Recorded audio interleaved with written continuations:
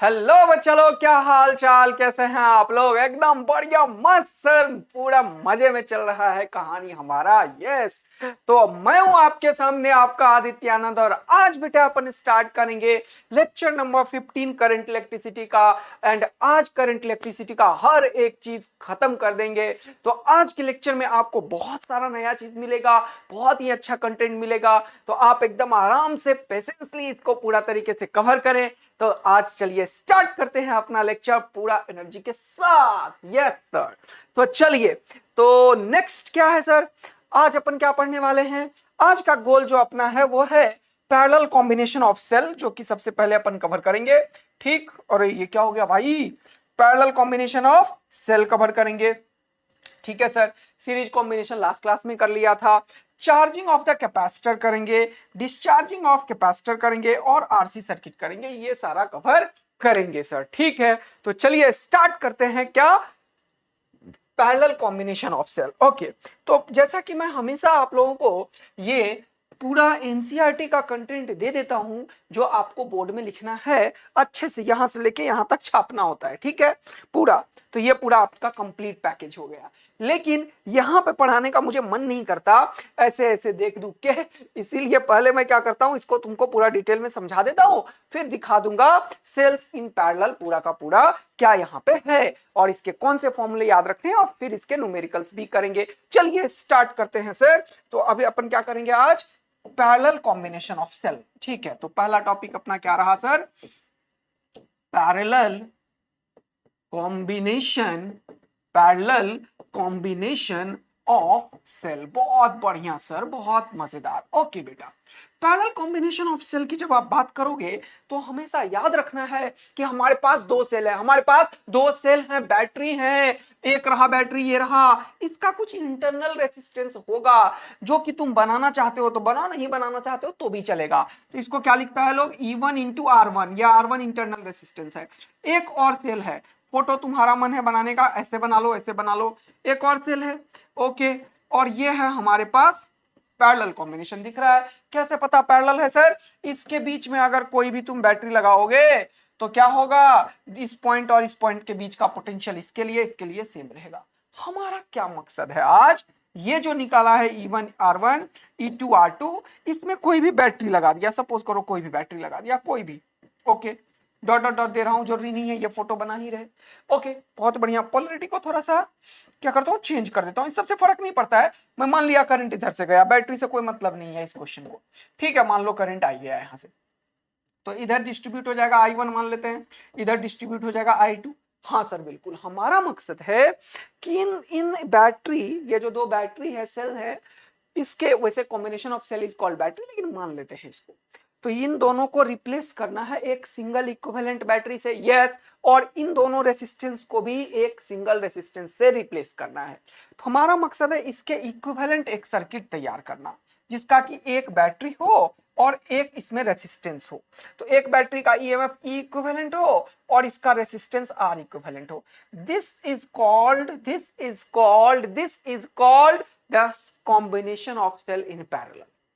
तो वही है इक्विवेलेंट कॉम्बिनेशन, हमारा मकसद है। आ गया सर समझ में? आप ये चाहते हो कि इन दो बैटरी और दो रेसिस्टर के बदले एक सिंगल बैटरी और एक सिंगल रेसिस्टेंस हम देना चाहते हैं, तो उन दोनों बैटरी का इक्विवेलेंट बैटरी का ईएमएफ क्या होगा और उन दोनों रेसिस्टेंस का इक्विवेलेंट क्या होगा, यही आप प्रूफ करना चाहते हो। और इक्विवेलेंट का मतलब तुम्हें पता है कि इन दोनों को मिलकर अगर आई करंट हुआ तो इसमें भी कितना करंट जाना चाहिए? आई ही जाना चाहिए। चलिए, तो अपना स्टार्ट करते हैं कहानी यहां से। तो इस फोटो को मैं दोबारा बनाता हूं।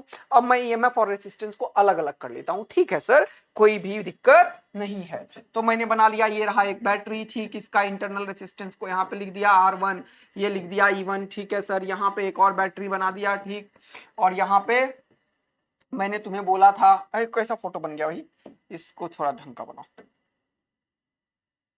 ठीक है, मैंने बोला था यहां से करंट एंटर किया। कितना करंट एंटर किया बेटा? I। तो इधर गया कितना? I1। ओके, इधर गया कितना? I2। तुम्हें पता है ये दो पॉइंट का नामकरण कर दो, A और B। बहुत ही बढ़िया बात है सर। अब क्या करेंगे? यहां से तुम्हें पता है कि I जो होगा वो I1 प्लस I2 के बराबर होगा। तो I can write I is nothing but I1 plus I2। अब इसी से खेल खेलना है, इसको इक्वेशन 1 मान लेना है। अब हमें I1 का वैल्यू चाहिए और I2 का वैल्यू चाहिए। यस, I का वैल्यू मैं निकाल देता हूं। कैसे? I का वैल्यू तो सर आप तुरंत से इससे निकाल लो फटाफट। इससे I का वैल्यू कैसे निकलेगा जरा देखो। यहां और यहां के बीच में जो पोटेंशियल इसमें है इक्विवेलेंट का, ये तो मतलब है कि ये A और B के बीच में जो पोटेंशियल होगा वही पोटेंशियल उसमें भी है। तो मान लिया मैंने V बैटरी लगा दिया यहाँ पे, तो इसमें भी मेरे को जो पोटेंशियल लगाना पड़ेगा वो कितना लगाना पड़ेगा? V बैटरी ही लगाना पड़ेगा। तो मान लिया मैंने कि इन दोनों के बीच जो अक्रॉस पोटेंशियल है वो V पोटेंशियल मान लिया, है ना। A और B के क्रॉस जो पोटेंशियल है वो V है, इसके क्रॉस भी पोटेंशियल जो होगा वो क्या होगा? V ही होगा सर। और यहां से करंट गया है, ठीक है, बहुत बढ़िया बात है। अब सुनना बात को अच्छे से। तो मैं अगर A और B के क्रॉस तुमसे पूछूं कि A और B के क्रॉस बताओ कैसे इक्वेशंस बनाएंगे, तो तुम क्या बोलोगे? तुम बोलोगे सर ये है V, तो इसके A और B के क्रॉस आपने बताया था हमें। यस, कैसे भी चलो आंसर आएगा। तो A और B के बीच का जो पोटेंशियल निकालोगे तो यहां से यहां आओगे, तो मेरा वाला फॉर्मूला लिखो या ऐसे भी डायरेक्ट लिख सकते हो। VAB निकालना है मान लो, तो यहां से यहां आया तो कितना लिखोगे तुम? क्या लिखोगे? माइनस ई इक्विवेलेंट। हाँ, और ये रेसिस्टेंस तो यहाँ पे है जो कि हमने दिखाया नहीं है। यस, इसका क्या लिखोगे? इसके आगे वाला लिखोगे तो प्लस IR1 R इक्विवेलेंट लिखोगे। ये आ रहा है समझ में? केवीएल लिखना है A से B तक। लेकिन पोटेंशियल डिफरेंस के केस में मैं एक और माइनस आगे लगवाता हूँ। यस, तो कुछ बच्चे यहाँ पे परेशान ना हुए इसके लिए मैं लिख देता हूँ मेरा वाला फॉर्मूला। क्या? माइनस ऑफ, यहां से यहां गया तो ये हो जाएगा माइनस ऑफ ई इक्विवेलेंट, और यहां से यहां गया तो ये हो जाएगा प्लस, तो क्या लिखूंगा? Plus of I into R equivalent. Yes, अब इसको ब्रेक करोगे तो ये हो जाएगा माइनस माइनस प्लस, तो ये हो जाएगा E minus I into R equivalent. तो ये चीज तुम वैसे भी लिखते हो A और B के क्रॉस, क्या लिखते हो? E equivalent minus I into R equivalent. इसको इक्वेशन A मान के मैं छोड़ देता हूं, देखना ध्यान से, ये मैं निकाल के रखा हुआ हूं।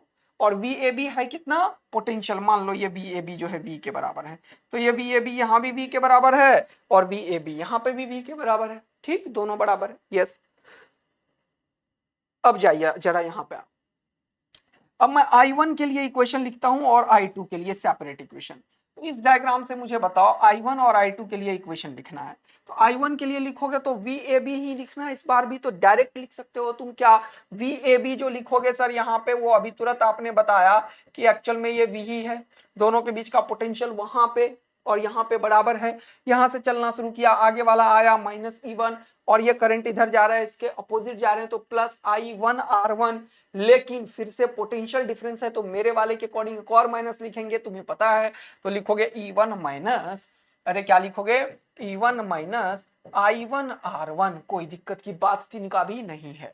यहां से मैं I1 का वैल्यू निकाल लेता हूं, तो इसको इधर किया, इसको इधर, तो क्या लिखूंगा? I1R1 is equal to E1 minus V। Yes, हमारा मकसद है I1 निकालना, तो I1 क्या हो गया? E1 minus V bye R1। इसको मान लो इक्वेशन 1 मान लिया, इसको मान लो 2। नाउ ये हो गया सर कहानी। अब अगला देखो, इधर वाले में भी इक्वेशन लगाओगे। हाँ, ये E2 है या R2 है? यस सर बिल्कुल। यहाँ पे भी रेसिस्टेंस बना दो। हाँ सर। तो यहाँ पे भी पोटेंशियल बिल्कुल ऐसे ही लिखोगे। यस, तो इधर वाले रीजन में पोटेंशियल I2 के लिए जो लिखोगे, लिखोगे VAB is equal to V is equal to E2 minus I2R2, है ना। E2 minus I2R2। जरा ध्यान देना, है डेरिवेशन इंपॉर्टेंट है, तुम लोग थोड़ा सा चीजों को समझो। और कुछ लोग मुझे बोल रहे हैं सर अब टेस्ट बोर्ड में डेरिवेशन आएगा नहीं आएगा, क्या होगा नहीं होगा। आप लोग पढ़िए, ज्ञान जितना बेहतर होगा मार्क्स उतने बेहतर आएंगे बेटा। ठीक, और मैं एक तुम्हें अस्त्र शस्त्र बताऊं, आज अगर तुमने एक अच्छा नॉलेज लिया ना और तुम अगर सीख गए ना, तुम एक के लिए नहीं, तुम हजारों आदमी के लिए एक बेहतर पर्सन बनोगे। तो कभी भी अगर कोई चीज सीख रहे हो ना, तो वो सोसाइटी को फायदा करेगा, फैमिली को फायदा करेगा, तुम्हारे बाल बच्चों को भी फायदा करेगा, हमें भी कभी जीवन में फायदा कर सकता है। पता नहीं PW प्लेटफॉर्म पे आ जाओ तुम, है ना। तो एक बात हमेशा ध्यान रखना, एक सही नॉलेज, एक सही ज्ञान सोसाइटी में हमेशा एक पूरा का पूरा जो इंप्रूवमेंट लाना होता है वो लाता है बेटा। और रियल में एक बात बताऊं, पढ़ाई का एक्चुअल मतलब क्या है? एक्चुअल मतलब है ह्यूमन बीइंग का जो लाइफ है ना, उसको थोड़ा और बेहतर बनाना। रियल अंतिम मकसद ना पढ़ाई का यही होना चाहिए यार। जो सोसाइटी में लोगों का जो इंटेलेक्चुअल लेवल है, लाइफ स्टाइल है, और जो भी टेक्नोलॉजी इंप्रूवमेंट है या कुछ भी है, सोसाइटी में जो ह्यूमन बीइंग का एक लेवल है उसे और ऊपर ले जाना, उसे और कंफर्ट जोन में पहुंचाना, उसे और बेहतर चीज प्रोवाइड करना। तो जीवन में एक चीज अगर तुमने सीखा ना कि हमें जो यहाँ पे हैं हम उससे ऊपर पहुंचा के कुछ करेंगे, तो हमेशा पढ़ाई से तुम दूर नहीं भागोगे। ऐसे चीजों को समझने की कोशिश करोगे कि आखिर ये सेल कॉम्बिनेशन क्या है, क्या काम आ रहा है इसका, क्या सर बताने की कोशिश कर रहे हैं, कैसे सर केवीएल लगा रहे हैं, क्यों सर ने I1 निकाला, क्यों I2 निकाला, और फिर उसके बाद महाअस्त्र शस्त्र मिलता है फॉर्मूला, और फिर उसका एप्लीकेशन देखेंगे। तो एकदम एंजॉय करो पढ़ाई को, मजा आएगा, मुझे पूरा विश्वास है इस बात पे, और तुम सब एंजॉय भी करते हो, मुझे पूरा पता है बेटा। यस सर, एकदम सही बोल दिया आपने। चलिए आ जाइए एक्शन में। ओके, तो यहां से क्या करेंगे, अब I2 निकालेंगे। तो इसको इधर फेंका, इसको इधर फेंका, तो क्या लिखोगे तुम, E2 माइनस वी, और ये इधर आया I2 R2। यहां से बेटा I2 का वैल्यू निकलता हुआ क्या, E2 minus V bye R2, equation 2। अच्छा, इक्वेशन 2 है तो ये 3 मान लो, 3। अब हमारे पास ये I2 निकल गया है, I1 निकल गया है, और यहाँ पे I भी हमारे पास निकला हुआ है। यहां से I निकल गया क्या, यस सर। कैसे, इसको इधर करो और इसको उधर करो, तो ये क्या होगा, E इक्विवेलेंट माइनस वी। अरे I का वैल्यू क्या होगा, E equivalent minus V by यहाँ पे, है ना। तो इसको करेंगे यूज, टेंशन नहीं है। पहले आप I1 और प्लस I2 का वैल्यू लिखो, जगह नहीं है, इसको करते हैं। पहले यहाँ पे आ जाओ, फ्रॉम इक्वेशन 1, 2 एंड 3 यहाँ पे यूज करो। तो मैं क्या लिखता हूं, from equation 1, 1, 2 and 3। Okay sir, तो फ्रॉम इक्वेशन 1, 2 एंड 3 देखोगे तो लिखोगे I is equal to I1 plus I2। हाँ, I1 और I2 का वैल्यू हमारे पास है सर, यस ये रहा, E1 minus V bye R1, वो रहा E2 minus V bye R2, yes ये हो गया I1 क्या, E1 minus V bye R1। फिर अगला क्या लिखोगे तुम बेटे, अगला क्या लिखोगे, plus E2 minus V bye R2, बहुत ही बढ़िया। और I का वैल्यू भी तुम वहां से लिख सकते हो, E equivalent minus V by R, equivalent यही तो लिखोगे। यहां से क्या लिखोगे, E इक्विवेलेंट माइनस वी, अरे E equivalent minus V by R equivalent, हाँ सर यही लिखेंगे। तो यहां पे हमने देख लिया है कि जब हम यहां पे I के बदले क्या लिखेंगे, जरा सा बताओ सर। इसे लिखोगे आप E इक्विवेलेंट, हाँ बहुत बढ़िया बात है, माइनस वी, अच्छा ठीक है, कोई दिक्कत की बात नहीं है, ठीक है, minus V by R equivalent. ठीक है, अब अपन क्या करेंगे, ध्यान से देखना, इसको सॉल्व करना है सर। ठीक है, तो ये हो जाएगा E1 बाय R1, हाँ, प्लस ये हो जाएगा E2 बाय R2, हाँ बिल्कुल, और यहां पे एकदम बढ़िया तरीके से देखो, माइनस वी इंटू क्या हो जाएगा, 1 by R1 plus 1 by R2, और यहां पे क्या हो जाएगा, यहां पे क्या हो जाएगा, जल्दी से देखो, यहां पे क्या हो जाएगा बेटा, देखो थोड़ा सा फोन बजने लगा, इधर आ जाओ। तो ये हो जाएगा sir E equivalent by R equivalent, E equivalent by R equivalent minus V by R equivalent. मजा आया, बहुत मजा आया। यस सर, इसमें तो कोई दिक्कत ही नहीं आई। अब तो फिर से वही कहानी सेट है जो आपने पहले बताया था। क्या बताया था, देखो ये जो चीज है, ये चीज किसे रिप्रेजेंट कर रहा है, जरा बताना तो, ये चीज किसे रिप्रेजेंट कर रहा है, ये सर इसे रिप्रेजेंट कर रहा है, बोलो हाँ है ना।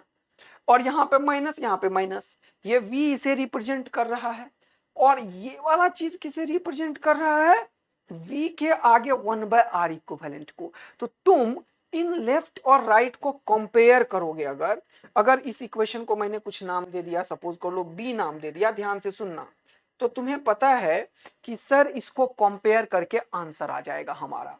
तो on comparing left and right we get E equivalent by R equivalent is equal to E1 by R1 plus E2 by R2, done. हाँ, तो लिखो on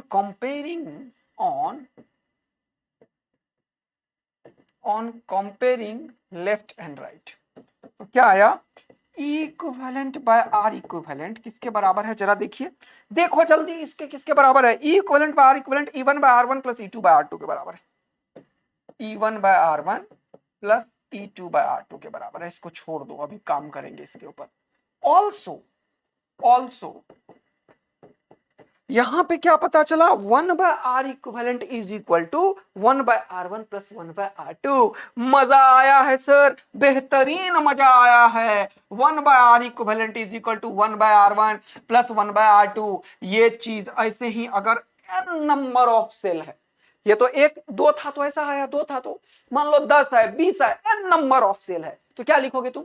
दो था तो ऐसा आया, अगर 10 है 20 है तो क्या लिखोगे? n नंबर ऑफ सेल के लिए, for n number of cell, for n number of cell. तो क्या लिखोगे? E equivalent by R equivalent is equal to जिसका शेल उसका R इंटरनल रेसिस्टेंस, जिसका सेल उसका इंटरनल रेसिस्टेंस। यस सर, तो ऐसे ही तुम लिखोगे एकदम मजेदार तरीके से। क्या लिखोगे? E equivalent by R equivalent in general जो होगा वो होगा E1 by R1 plus E2 by R2 plus E3 by R3। अरे वाह, डॉट डॉट डॉट डॉट कि लिखोगे En बाय Rn। मजा आया है सर। और फिर क्या करोगे बेटा? सर 1 बाय आर इक्विवेलेंट भी लिखना पड़ेगा। हाँ, तो क्या लिखोगे? 1 by R1 plus 1 by R2 plus 1 by R3 plus dot dot dot dot 1 by Rn। बहुत मजा आएगा सर। ये हमें आपने बहुत सारे सेल के लिए बता दिया। अब एक और कॉन्सेप्ट सीखेंगे। हमने अभी तक इस सेल में बेटा, हमने अभी तक इस सेल में क्या किया है जरा देखना, दोनों के पोलैरिटी को सेम रखा, इधर भी पॉजिटिव इधर भी पॉजिटिव। अगर मैं पोलैरिटी को पलट दूं, अगर मैं पोलैरिटी को पलट दूं तो तुम क्या करोगे? तुम इस फॉर्मूले में जो पोलैरिटी तुमने माना है, मान लो पहले वाले को तुमने पॉजिटिव माना तो मान लिया पॉजिटिव। तुम्हें ईएमएफ जो है वो पॉजिटिव निगेटिव से मतलब नहीं है, मतलब है करंट के डायरेक्शन से। तो तुम अगर किसी एक को मान लिया है पॉजिटिव, मान लो पहले जो सेल आया उसको मान लिया पॉजिटिव, तो सपोज करो क्वेश्चन वाले ने फोटो में पलट दिया, ऐसा लिख दिया सेल, इसका क्या मतलब है? ऐसा लिख दिया सेल, इसका क्या मतलब है? इसका मतलब है बेटा तुम्हारा, इसका मतलब है बेटा तुम्हारा कि ये जो दो प्लस वाला है और ये प्लस वाला है, तो फर्स्ट वाली सेल के क्रॉस जो पोटेंशियल होगा वो कैसा पोटेंशियल होगा? पॉजिटिव पोटेंशियल होगा बेटा। और उसके बाद निगेटिव। तो तुम्हें अगर इस तरीके से पोलैरिटी सेम ना मिले तो तुम क्या करोगे? तो इसका पोलैरिटी जैसा रहेगा वैसा लिखोगे, एक में प्लस एक में माइनस एंड सो ऑन। याद रखना, पोलैरिटी से खेल मत खेलना, पोलैरिटी को ढंग से यूज करना। अच्छा सर, एकदम बढ़िया सुंदर बात है, हमें पूरा का पूरा कहानी आपने समझा दिया। यस, अभी कहानी अधूरा है, अभी तो मैं तुम्हें समझा रहा हूं इसको और ज्यादा। तो आर इक्विवेलेंट का वैल्यू यहां से निकाल सकते हो। अरे सर, आर इक्विवेलेंट का वैल्यू तो हो गया R1 R2 bye R1 plus R2। बहुत मजा आया। क्या आया? बहुत मजा। और यहां से जरा देखो तो यार मजा आएगा। एक और इक्विवेलेंट का जरा सा वैल्यू मैं निकालना चाहता हूँ। आर इक्विवेलेंट का वैल्यू यहाँ पे क्या लिखोगे? Equivalent into 1 by R equivalent लिखोगे ना। तो 1 बाय आर इक्विवेलेंट को मैं क्या लिखूंगा जरा सा देखो। सर इसको आप लिखोगे, देखो एक बेहतरीन, एक नया चीज बता रहा हूं। ये इतना कहानी खत्म हो गया, लेकिन एक नया चीज बता रहा हूं जो मैं यूज करूंगा न्यूमेरिकल को सॉल्व करने में। बहुत ही पावरफुल चीज मंत्र बता रहा हूं, तुम फटाफट करोगे। ये सब तो बोर्ड में डेरिवेशन वगैरह के लिए सिखा रहा हूं, समझ रहे हो ना। अभी मैं तुम्हें एक बेहतरीन चीज बताने वाला हूं, बेहतरीन, जल्दी से आना। सर अच्छा, E equivalent into 1 by R equivalent is equal to E1 by R1 और E2 बाय R2। बहुत बढ़िया। अब इस 1 बाय आर इक्विवेलेंट ये कहाँ है? नीचे है। इसको उठा के सीधा नीचे पटक सकता हूं। हाँ, ये प्रोडक्ट में है तो ये नीचे जाएगा डिवीजन में। प्रोडक्ट में है तो डिवीजन में, प्रोडक्ट में है तो डिवीजन में। देखना बेटा, यहां से E इक्विवेलेंट का वैल्यू निकल रहा है E1 by R1 plus E2 by R2 divided by ये सारा 1 बाय आर इक्विवेलेंट। हाँ सर, एकदम बढ़िया। और 1 बाय आर इक्विवेलेंट को दुनिया क्या बोलेगी? 1 by R1 plus 1 by R2, 1 by R1 plus 1 by R2। Yes yes yes yes yes. तो ये देखो, एक खतरनाक सा फॉर्मूला निकलता हुआ तुम्हारे सामने में। क्या है? E इक्विवेलेंट कभी भी यदि निकालना है तो E1 by R1 plus E2 by R2 divided by 1 by R1 plus 1 by R2। अरे भाई साहब, ये तो बहुत ही तगड़ा चीज निकला है। ये चीजों को अपने अंदर बिठाओ। यह है क्या सर? यह है इक्विवेलेंट डायरेक्ट निकालने का तरीका। अच्छा, मतलब क्वेश्चन को देखेंगे E1/R1 E2/R2 और 1/R1 1/R2 ये देगा इक्विवेलेंट का फॉर्मूला। यस बेटा, और आर इक्विवेलेंट का फॉर्मूला भी तुम्हारे पास है। हाँ, R1 R2/R1 प्लस R2, और ये तो इन जनरल तुम ऐसे बोल सकते हो, एक्चुअल में ये 1/R इक्विवेलेंट है 1/R1 प्लस 1/R2। चीजों को अपने दिमाग में बिठा लो बेटा, यही तो चाहिए था कि एक सेल का ईएमएफ क्या होगा और आर इक्विवेलेंट क्या होगा। इसका मतलब कि अगर हमें कभी भी ऐसा कुछ मिले, एक ईएमएफ ई और इसका इंटरनल रेसिस्टेंस R1, दूसरा मिले यहाँ पे एक बैटरी ई, इसका इंटरनल रेसिस्टेंस R2। देखना, एक क्वेश्चन फ्रेम कर देता हूं, एक क्वेश्चन, और इसके अक्रॉस अगर मैं कुछ भी लगा दूं एनीथिंग, मान लो एक रेसिस्टर लगा दिया, सपोज कर लो कैपिटल R, तो तुम क्या बोलोगे? तुम बोलोगे sir this whole circuit is equivalent to a circuit in which we replace this whole term. ये एक बैटरी एक रेसिस्टेंस को तुम रिप्लेस कर सकते हो एक सिंगल बैटरी और सिंगल रेसिस्टेंस से, और एक सिंगल बैटरी का ईएमएफ ये होगा और एक सिंगल रेसिस्टेंस का वैल्यू ये होगा। मतलब ये सर्किट इक्विवेलेंट है एक दूसरे सर्किट के जिसमें कि एक ई इक्विवेलेंट आएगा जिसका वैल्यू ऐसे निकलेगा। अच्छा, एक आर इक्विवेलेंट में आएगा जिसका वैल्यू ऐसे निकलेगा। यानी कि इस ए और बी पॉइंट के बीच में आप क्या करोगे, इस पैरेलल बैटरी, अच्छा 2 है तो 2, 4 होगा तो 5 होगा तो 6 होगा तो ये लगाना है, ये महामंत्र मैंने दिया है। 2 था तो E1/R1 E2/R2 पोलरिटी के साथ, अगर मान लो 4 5 और होता तो लिखते E3/R3 E4/R4। पोलरिटी अगर यहाँ पे देखो प्लस है, इसीलिए मैंने प्लस प्लस वाला ही लिखा है। अगर मान लो एक का पोलरिटी प्लस है, दूसरे का मान लो उल्टा होता है ना, तो क्या करते, यहाँ प्लस माइनस कर देते। ये भी बात समझ में आ गया सर। अब एक और चीज सीखते जा रहे हो ना, एकदम सीखते जा रहे हैं सर, क्या बोल रहे हो। एक और चीज समझना, सपोज कर लो यहाँ पे कोई एक और रेसिस्टेंस लगा देता R2, तो तुम क्या करते, U1 के नीचे क्या लिखते, R1 या R2? सर दोनों को सम कर देते। अरे सीरीज में नहीं दिख रहा है क्या? तो R1 प्लस R2 करके एक बना लो। अच्छा, और वो रखते इसके नीचे। कहने का मतलब है इन दोनों पॉइंट में तुमसे खेल कर सकता है कोई भी, बैटरी के पोलैरिटी को चेंज के, रेसिस्टेंस को चेंज करके। मैं सारे क्वेश्चन करवा रहा हूं, डरने की बात नहीं है, लेकिन पहले कॉन्सेप्ट को समझने की कोशिश करते हैं। अच्छा, मतलब इसको रिप्लेस कर दिया इससे, और ये आर तो इसमें था ही, तो एक आर आप यहां पे भी लगा दोगे। सर मजा आ गया। अब यदि मैं पूछूं कि बताओ इस सर्किट में इस आर से करंट कितना निकला था, तो इससे करंट निकाल दो, कितना आसान हो गया है करंट निकालना। बताओ करंट कितना है? सर करंट आप बताओगे क्या, equivalent by total resistance R equivalent plus R. अरे भाई साहब, ये तो हमें आपने पहले भी बताया था सर। अरे अभी बताया था ना, एक बैटरी है 2 रेसिस्टर है, बैटरी डिवाइडेड बाय रेसिस्टेंस कर दो, धारा निकलेगा, धारा। अरे वो धारा नहीं है जिसमें मम्मी मस्त पकौड़े तुम्हें खिलाती है। अरे करंट को हिंदी में बोलते हैं धारा, पता है। जयपुर में जब मैं पढ़ाता था तो वहां ना हिंदी मीडियम के बच्चे बहुत होते हैं, बहुत भर भर के। तो वहां पे ना ऐसे करंट करते रहो, थोड़ी देर तो वो लोग भी पता है मस्त इंग्लिश सीखता है बहुत सारे। एक बच्चा को मैं पढ़ाया था, वो IIT रुड़की में है अभी, और उसने फिजिक्स में यार तगड़ा ही मार्क्स लाया था, 120 में लगभग 105। खतरनाक फिजिक्स है ना, बढ़िया बच्चा, हिंदी मीडियम का बच्चा। सोचो IIT पहुंचा हुआ था, कितना मेहनत किया होगा वो, सोचो, है ना। एक और बच्चा था IIT भुवनेश्वर में गया था, वो भी हिंदी मीडियम का, छुटकी, उसको मैं छुटकी बोलता था। अरे अभी भी कॉल वॉल करता रहता है। तो कहने का क्या मतलब है, ये क्यों बताया सर आपने? बताया कि कैसे एक हिंदी मीडियम का बच्चा भी सेलेक्ट होता है और जान लगाता है, मेहनत करता है, तो कुछ भी कर सकता है, टॉप IITs में पहुंच सकता है। तो तुम क्यों नहीं जा सकते हो टॉप मेडिकल कॉलेज में बेटा? यस सर बिल्कुल जाएंगे, आ जाओ जल्दी से फटाफट। ये equivalent by R equivalent plus R, ये हो गया equivalent by R equivalent plus R. मजा आया, जीवन का बेहतरीन मजा आया। तो आपने फाइनली ये सिखा दिया कि कैसे एक बैटरी रेसिस्टर जो पैरेलल में लगा होगा, 2 होगा, 4 होगा, 10 होगा, पोलैरिटी सीधा होगा, पोलैरिटी उल्टा होगा, सबको आप बोल रहे हो कि ई इक्विवेलेंट से रिप्लेस करो और आर इक्विवेलेंट से, मतलब जितना भी बैटरी और रेसिस्टर पैरेलल में है उसको एक बैटरी और एक रेसिस्टर से रिप्लेस करने के तरीका को ही दुनिया बोलता है सेल का पैरेलल कॉम्बिनेशन। यस सर, एकदम सेट हो चुका है कहानी, राइट। अब थोड़ा सा और शॉर्ट फॉर्म बना देता हूं जो एनसीईआरटी में लिखा रहता है। यस, लेकिन इसको थोड़ा और मैं शॉर्ट फॉर्म बनाऊंगा एक और पेज से। ये मैं यूज करूंगा न्यूमेरिकल सॉल्व करने में, बता रहा हूं। डेरिवेशन में तुम्हें बता दिया सारे कॉन्सेप्ट्स, एक बार दिखा भी दूंगा अभी तुरंत सारे कॉन्सेप्ट्स को कैसे करोगे, ठीक है। अब देखो इसको क्या लिख सकते हो, देखो शॉर्ट फॉर्म में इसको क्या लिखोगे।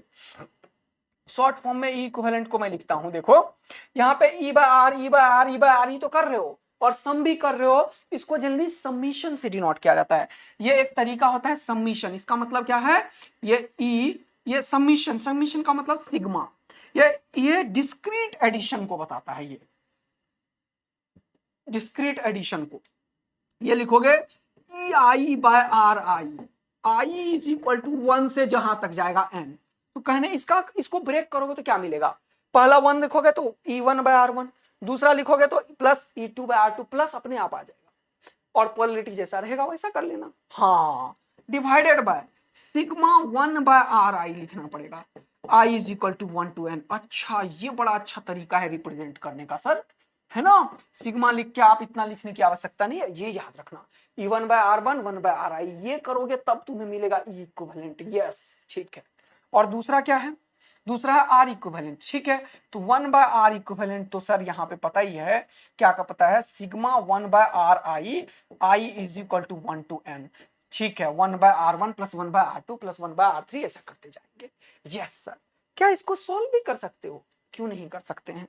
एलसीएम वगैरह लेना नहीं आता क्या हमें, हाँ सर, तो इसको एलसीएम लेना पड़ेगा। हाँ ले लेते हैं, क्या दिक्कत है, छोटा सा एक कैलकुलेशन कर लेते हैं, आता है एग्जाम में कभी और एनसीईआरटी में लिखा हुआ रहेगा, तुम सोचोगे कैसे आया, इसीलिए तो ई इक्विवेलेंट और आर इक्विवेलेंट को इसको सम करके एक और चीज पे तैयार कर देते हैं। चलो, तो R1 R2 एलसीएम हुआ, ये यहाँ गया, ये यहाँ गया, तो इसका एलसीएम लिया R1 R2, ये हो गया E1 R2, ये हो गया E2 R1। अच्छा, तो ई इक्विवेलेंट क्या हुआ बेटा क्या हुआ, E1 R2 plus E2 R1।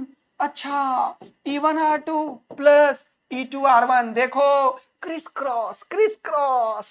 अच्छा, नीचे R1 R2, मजा आया सर। अब क्या है, अब बेटा यहाँ पे देखो 1 बाय R1 1 बाय R2 को सॉल्व करोगे तो ये R1 R2, यहाँ R1 प्लस R2। अच्छा, तो ये हो गया R1 R2, मजा आया, ये हो गया R1 प्लस R2, बहुत मजा आयो। तो ये और ये निपट जाता है, तुम्हें पता है ना यार, चौथा नंबर वाला चला जाएगा पहला नंबर पे और ये दूसरे के साथ आ जाएगा, कटिंग फटिंग होगी, खुपाच सॉल्व करेंगे, इसके नीचे ये आ जाएगा। तो देखो ये E1 R2 कैसे दोस्ती किया है, देख रहे हो ना, अपने वाले से नहीं दूसरे के साथ गया है। अरे दूसरे के साथ गया है, दूसरे के साथ जाने में बहुत मजा है। E1 R2 plus E2 R1, अरे भाई साहब, divided by R1 plus R2, divided bye R1 plus R2। बहुत बढ़िया, ये तुम्हारे एनसीईआरटी में लिखा हुआ मिलेगा, डरने की कोई बात नहीं है। मैं इसे यूज नहीं करूंगा, मैं हमेशा यूज उसी को करूंगा जो बताया, लेकिन ध्यान रखना है E1 R2 plus E2 R1 divided by R1 plus R2। यदि पोलैरिटी अलग अलग हो बैटरी का तो एक में माइनस आएगा, या तो इसमें, तुम्हारा मन जो छोटा हो उसमें माइनस रख लिया करो ताकि आंसर पॉजिटिव आ जाए, ठीक। ओके सर, ई इक्विवेलेंट ऐसे एनसीईआरटी में लिखा रहता है और आर इक्विवेलेंट ऐसे लिखा रहता है, R1 R2, ये क्या हो गया भैया, R1 R2 bye R1 plus R2। बहुत बढ़िया, बहुत सुंदर, बहुत मजा आया है, कितना मजा आया है बता नहीं सकता हूं। तो ये ई इक्विवेलेंट और आर इक्विवेलेंट कहानी बना के सेट हो चुका है। अब क्या करेंगे सर, अब मजा आएगा। हम इतने देर से जो डेरिवेशन करे जा रहे हैं इसको मैं फटाफट बताता हूं, क्योंकि बेटा एनसीईआरटी में समय लगता है तुम्हें समझने में। अब तुम्हें याद हो गया है कि सर ने बोला E1 by R1, E2 by R2, E3 by R3 divided by 1 by R1 plus 1 by R2 plus 1 by R3। क्या देगा ये सारा, अरे क्या देगा, ये देगा ई इक्विवेलेंट पैरेलल का। क्या देगा, ई इक्विवेलेंट पैरेलल का। सही बात है सर, यानी कि कोई भी एक बैटरी एक रेसिस्टर को क्या करते हैं अपन, रिप्लेस कर सकते हैं एक सिंगल बैटरी और एक सिंगल रेसिस्टेंस से। उसका जो बैटरी का जो ईएमएफ होगा उसका वैल्यू निकलेगा E1 by R1 plus minus, polarity change होगा तो minus, polarity same same same same रहा तो plus, okay, E1/R1 plus E2/R2 plus E3/R3 divided by 1/R1 1/R2 1/R3, ये टोटल क्या देगा E इक्विवेलेंट 1/R1 1/R2 मतलब R equivalent parallel का क्या देगा, पैरेलल का R इक्विवेलेंट। सर पूरा आपने समझा दिया, मजा आ गया, टेंशन की कोई बात नहीं है। अब जल्दी से देखेंगे, ये रहा एनसीईआरटी, ये क्या कर दिया मैंने, हाँ देखो एनसीईआरटी का ये फोटो है, जल्दी से समझा देता हूं। ये 2 पॉइंट्स लिख रखे हैं एनसीईआरटी ने, यहाँ पे E1R1, यहाँ से I1 करंट गया, यहाँ से I2, और तुम लिखोगे I जो करंट है वो I1 प्लस I2 के बराबर है। तो ये एक इक्वेशन लिखेंगे, I is equal to I1 plus I2। तुम्हें पता है कि इसके अक्रॉस का पोटेंशियल और इसके अक्रॉस का पोटेंशियल बराबर है, वही लिखा मैंने। तो V लिख दिया, VA माइनस VB। तो इसमें लिखा मैंने E1 माइनस I1R1, और दूसरे में क्या लिखूंगा जल्दी बताओ, ये लिखूंगा E2 minus I2R2। Yes sir, ये तो आपने पहले ही पढ़ा लिया। फिर मैंने बताया कि I जो होगा वो I1 प्लस I2 के बराबर होगा। बहुत बढ़िया, I को मैंने यही सिखाया था अभी लिखने के लिए। तो ये I को अभी मैंने छेड़ा ही नहीं, I को वैसे ही रख दिया इसमें। देखो ध्यान से, यहाँ पे मैंने वहां पे कुछ और किया था और यहाँ कुछ और है, फर्क कुछ नहीं पड़ता, सारे रिजल्ट सेम आएंगे, लेकिन एनसीईआरटी का डेरिवेशन भी समझ में आना चाहिए। तो ये I, यहाँ पे क्या लिखोगे I1 प्लस I2। हाँ मैंने बोला था यहां से निकालो I2, अरे बोला था ना। तो क्या लिखा था तुमने, ये उधर गया था ये उधर गया था, तो तुम क्या लिखे थे, E2 माइनस V/R2 लिखे थे ना, वही लिखा मैंने, E2 माइनस V/R2। और पहले वाले में क्या लिखोगे, यहाँ पे सर बता दिया था आपने, क्या बताया था कि I1 का वैल्यू होगा E1 माइनस V/R1। अच्छा, दोनों को पटक दिया, ये रहा I1 का वैल्यू, ये I2 का, ठीक, इसको सॉल्व कर दिया, E1/R1 E2/R2, यही तो अभी किया था, फिर minus V 1/R1 minus 1/R2। अरे मजा आ गया है बेटा। और मैंने बोला इसको सॉल्व करके एनसीईआरटी वाला ये लाता है, देखो सॉल्व करके आ जाएगा, टेंशन की बात नहीं है। लेकिन तुम्हें जरा सा भी दिक्कत होगा, तुम फटाक से मेरा वाला काम करना, I को लिख देना, वही E equivalent by R equivalent minus V by R equivalent. तो जो मैं स्टेप किया वही करो, रिजल्ट तो वही आया है, रिजल्ट तो सही में वही आया है सर। देखो इसी को क्या बोल रहा है ये, कि ये E इक्विवेलेंट है और R इक्विवेलेंट है। R इक्विवेलेंट इसे बोला उसने R1 R2 bye R1 plus R2, और डायरेक्ट इसके बाद ये लिख दिया E1 R2 पहले वाला दूसरे के साथ, प्लस E2 R1 दूसरे वाला पहले के साथ, divided by R1 plus R2। बोलो यही बताया है। अरे सर कैसी बातें कर दी, यही तो बताया है आपने अभी तुरंत। अच्छा ये रहा, क्या नहीं बताया अभी मैंने, E1 R2 plus E2 R1 bye R1 plus R2। तो तुम्हें डेरिवेशन थोड़ा सा मैंने पूरा ओपन करके बताया, वो वहां पे डायरेक्ट लिख दिया है, समझने में दिक्कत की बात नहीं है, इसीलिए पूरा खोल के एक्सप्लेन कर दिया भाई। अच्छा सर बहुत बढ़िया, थैंक यू, धन्यवाद, बहुत बहुत धन्यवाद आपका, आप लोगों का भी धन्यवाद। लेक्चर देख रहे हैं, इधर आ जाइए जल्दी से। अब क्या, अब ए और बी के बीच में नेट इक्विवेलेंट को कैसे लिखा जा सकता है, ऐसे E equivalent minus I into R equivalent. Yes, तो इसको जब तुम इससे कंपेयर किए हो, इसको इस V को जब कंपेयर किए हो E equivalent minus I into R equivalent का, तो ये रिप्लेस हो गया R इक्विवेलेंट से, ये रिप्लेस हो गया E इक्विवेलेंट से। मजा आया, E इक्विवेलेंट हो गया E1 R2 plus E2 R1 bye R1 plus R2, और R इक्विवेलेंट निकल गया R1 R2 bye R1 plus R2। Yes, अब यहां से 1 बाय R इक्विवेलेंट तुम्हें कोई ये बोलेगा तो तुम लिख पाओगे। मैं इतना फास्ट क्यों हूं, क्योंकि पहले बता दिया डेरिवेशन, अब फिर से याद करवा रहा हूं तुम्हें। अच्छा सर कोई बात नहीं, इतना तो कर ही सकते हो आप। और यहाँ पे E equivalent by R equivalent का वैल्यू भी मैंने तुम्हें सिखाया था अभी, E1 by R1 E2 by R2। Yes sir, अभी पीछे बताया है आपने, तो यहाँ पे सारा मैंने बता दिया है सब कुछ। और ये मैंने लिख दिया है, एनसीईआरटी का लाइन छपवाया मैंने, कि अगर negative terminal of the second cell is connected with positive terminal of the first cell, देख रहे हो ना, ऑल्सो, तो वे क्या करोगे, replace E2 replace with minus E2। ये लाइन ध्यान रखना, वही मैं बार बार बोल रहा था कि एक का पॉजिटिव पॉजिटिव हो, एक का पॉजिटिव दूसरे का निगेटिव हो, तो माइनस करना, पोलरिटी चेंज करना। तो ये as it is NCERT copied किया है मैंने। अगर बहुत सारा सेल है तो उसके बहुत सारा रेसिस्टेंस होंगे, और उसको पैरेलल में कैसे लिखोगे, ये 1 by R1 1 by R2 1 by R3 बताया है सर आपने अभी तुरंत, और इसको भी E equivalent by R equivalent. Sir सारा कहानी समझ में आ गया है, अब तो आप सीधा क्वेश्चन पे आ जाओ। तो ये रहा आपके सामने एक क्वेश्चन, पेन कॉपी लेके जल्दी से टाइम कीजिए, आप में से हर एक बच्चा इस क्वेश्चन को सॉल्व करेगा, मुझे पूर्ण विश्वास है। चलिए तो आप शुरू हो जाइए सर। चलिए, हमारा मकसद क्या है, इस क्वेश्चन को तो सॉल्व तुम वैसे भी कर सकते हो, तुम्हें पॉइंट पोटेंशियल मेथड बताया, R इक्विवेलेंट मेथड बताया, वैसे R इक्विवेलेंट इसमें मत चलाना, नहीं चलेगा, पॉइंट पोटेंशियल इसमें चलेगा और KVL चलेगा। तो KVL बहुत लंबा पड़ जाता है, उसे नहीं यूज करेंगे, पॉइंट पोटेंशियल रहा। पॉइंट पोटेंशियल में यहाँ पे जीरो मान के खेल सकते हो तुम, यहाँ जीरो मान लो, यहाँ एक्स मान लो, तो एक करंट इधर, एक करंट इधर, इधर I1 I2 I3 को जीरो करो, आंसर निकाल लेना, जो मैंने पहले बताया।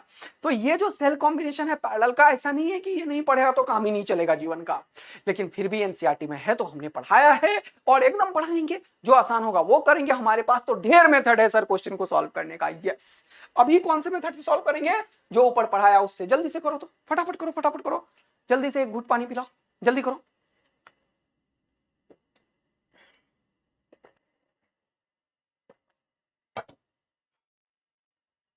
ठीक, हाँ सर। अब क्या करोगे? देखो, एक बैटरी है 10 वोल्ट का, ये है 2 ओम का, ये है 5 वोल्ट का, ये है R2 1 का। तो डायरेक्ट आपने बताया सर ई इक्विवेलेंट निकालने के लिए कैसे, फॉर्मूला लिख देता हूं एक बार, E1/R1 प्लस E2/R2। मैं यही यूज करूंगा थोड़ा सा, क्योंकि दो में तो तुम डायरेक्ट वो भी यूज कर सकते हो। कौन सा? ये वाला, ये जो बताया था, E1R2 plus E2R1 divided by R1 plus R2, ये भी बताया था मैंने। ये भी डायरेक्ट यूज करो, आंसर वही देगा, लेकिन तुम्हें इसमें इसी को सिखा रहा हूं मैं। और नीचे 1/R1 प्लस 1/R2 ये यूज करो। इसमें फायदा क्या होगा, पोलैरिटी वगैरह से डरोगे नहीं। ये देखो, ये भी पॉजिटिव, ये भी पॉजिटिव, दोनों सेम सेम है, तो सीधा आएगा E1 10/2। क्या आएगा? 10/2। ये एक ओपन करके जान के लिख रहा हूं तुम्हारे लिए। दूसरा क्या आएगा? 5/1, 5/1। और नीचे क्या आएगा? 1/2, और ये 1/1, 1/2 प्लस 1/1। तो फाइनली ये क्या हो गया? 2 5 10, 5 और 5 कितना हो गया ऊपर में? 10 डिवाइडेड बाय ये कितना हो गया? 1 प्लस हाफ, 1.5 लिख ही देता हूँ, क्या दिक्कत है, लिख दो सर 1.5। तो पॉइंट उड़ाओगे तो 10 ऊपर चला जाएगा, और 5 से कैंसिल वैंसिल करना चाहो तो कर लो। यस, 5 2 10, 5 3 15, ये हो गया 20/3 वोल्ट। यानी कि नेट ईएमएफ जो हो गया है वो 20/3 वोल्ट हो गया। जरा इससे निकाल के देखो तो 20/3 आ भी रहा है या नहीं। चलो सर करते हैं। 10 × 1 कितना हो गया? ये तो करोगे E1R2, तो 10 × 1 कितना हुआ? 10, और 5 × 2 कितना हुआ? 5 × 2 10, तो 10 + 10 कितना हो गया? 20 divided by R1 plus R2, 2 + 1 3। तो ये करो, ये करो, फर्क नहीं पड़ता, लेकिन मैंने ये क्यों किया है, तुम्हारा डिफिकल्ट क्वेश्चन बेटे कल इसी से करना है, इसीलिए। ओके सर, ये निकल गया इक्विवेलेंट, यानी कि इन सब को रिप्लेस कर सकते हो इस बैटरी से। हाँ, अब इन सब को रिप्लेस जिस रेसिस्टेंस से करो वो निकालो R इक्विवेलेंट। तो क्या लिखोगे? R1 R2/R1 plus R2। हाँ, तो क्या लिखोगे? R1 कितना है? ये है 2 और ये है 1। ओके सर, तो हो गया 2 × 1/3। मजा आया, 2/3 ओम। यानी कि the given question is converted into another question in which we have a battery. Battery का पोलैरिटी वैसा होगा जैसा इसमें है, और या नहीं तो जिसका E1/R1 ज्यादा है वो होगा, ध्यान रखना। तो ये दोनों पॉजिटिव है तो पोलैरिटी बैटरी का ऐसा ही होगा, ध्यान रखना। ये क्या हो गया? पोलैरिटी बैटरी का ऐसा ही होगा, ये पॉजिटिव। देख रहे हो ना, ये सब यहाँ पे चक्कर होता है थोड़ा सा। और इसको रिप्लेस, ये कितने का था? 20/3 वोल्ट का था। ओके, और ये कितने का था? 2/3 ओम का था। ओके, और फर्दर यहाँ पे रेसिस्टेंस क्या है? रेसिस्टेंस क्या लिया तुमने? 10 ओम का लिया। क्या लिया? 10 ओम का रेसिस्टेंस ले लिया। तो यहाँ पे क्या हो जाएगा? क्या हो जाएगा? 10 ओम का रेसिस्टेंस। तो ये इसको फाइनली अब जो भी पूछ रहा है वो कर दो सॉल्व। बोल रहा है find the current through the 10 ohm resistance in the network. तो 10 ओम से कितना करंट गया यही निकालना है। अच्छा, तो ये तो तुरंत से बता दिया तुमने। कैसे बताया? कि इसमें जो करंट होगा वो करंट सर हम निकाल सकते हैं तुरंत, I = net voltage by net resistance. तो I ही निकालना है, तो ये हो जाएगा V बाय, यही तो है R इक्विवेलेंट। हाँ, और ये है कैपिटल R, और ये क्या है? V potential. तो लिखोगे V by R equivalent plus R। यही आपने अभी तुरंत समझाया अभी था सर।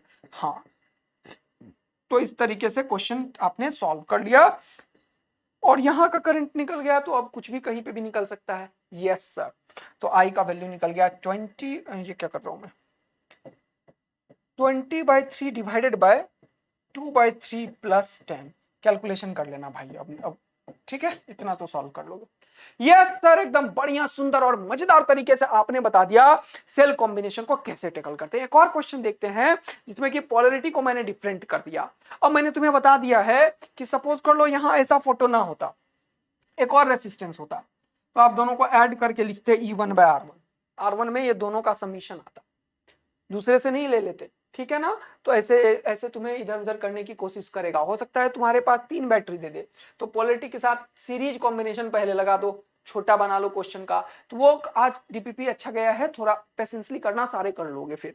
अच्छा चलो ठीक है, तो ये कॉन्सेप्ट सिखा दिया आपने, ये न्यूमेरिकल करा दिया। अगला न्यूमेरिकल ये देखते हैं अपने सामने, एक और मैंने लिया है, जान के ऐसा न्यूमेरिकल लिया जिसमें पोलैरिटी पहले रखा पॉजिटिव, फिर सॉरी माय बैड, पहले रखा निगेटिव फिर पॉजिटिव, यहाँ पे रखा पहले पॉजिटिव निगेटिव, देख रहे हो ना, उल्टा पुल्टा किया है। अच्छा साइन सिखाना चाह रहे हो आप, हाँ यहाँ पे पॉजिटिव, यहाँ पे सॉरी यहाँ पे क्या कर रहा हूँ मैं, ये निगेटिव ये पॉजिटिव। तो इस तरीके के क्वेश्चंस में करेंगे तो कैसे करेंगे सर, देखो इसमें 2 था तो तुम तो फॉर्मूला लगा देते E2R1 प्लस E1R2, लेकिन 3 में तो लफड़ा पड़ जाएगा। यस, इसीलिए मैंने तुम्हें बताया था कि जब भी सेल कॉम्बिनेशन को यूज करो, तुम इसका सॉल्यूशन जब भी बनाओ तो तुम हमेशा ई इक्विवेलेंट निकालने के लिए लिखो E1/R1 प्लस E2/R2 वाला फॉर्मूला लगाओ प्लस E3/R3। अच्छा ये बार बार क्यों लिख रहा हूं, तुम्हारा याद कराने के लिए। 1/R1 plus 1/R2 plus 1/R3, बहुत बढ़िया, बहुत सुंदर, बहुत मजा आ रहा है सर, लेकिन पोलैरिटी का ख्याल रखना। अब देखो जरा सा, अगर मैं आगे वाले को पॉजिटिव मानूं तो ये 3/1 ये हो गया +3, ये लिख लो थोड़ा सा, और ये आगे वाले को मैंने पॉजिटिव मान लिया है तो इसमें निगेटिव लेना पड़ेगा, 4/2 ये हो गया 2, और आगे वाले को पॉजिटिव तो 6, तो मतलब आगे वाले को ही पॉजिटिव मान के कर दूंगा, तो ये निगेटिव बस ले लूंगा मैं। तो क्यों ऐसा क्यों किया, मैंने बोला E/R1 पॉजिटिव रखने की कोशिश करना, जिससे कि ई इक्विवेलेंट तुम्हारा पॉजिटिव ही आए, कोई फर्क नहीं पड़ता है उससे, निगेटिव आएगा तो करंट का डायरेक्शन जिधर होगा उससे उल्टा आएगा, गॉट इट। लेकिन तुम्हें एक चीज समझाने की कोशिश कर रहा हूं बार बार मैं, कि जो ज्यादा है ना E/R1 उसी को पॉजिटिव मानना, इससे तुम्हें लफड़ा नहीं होगा।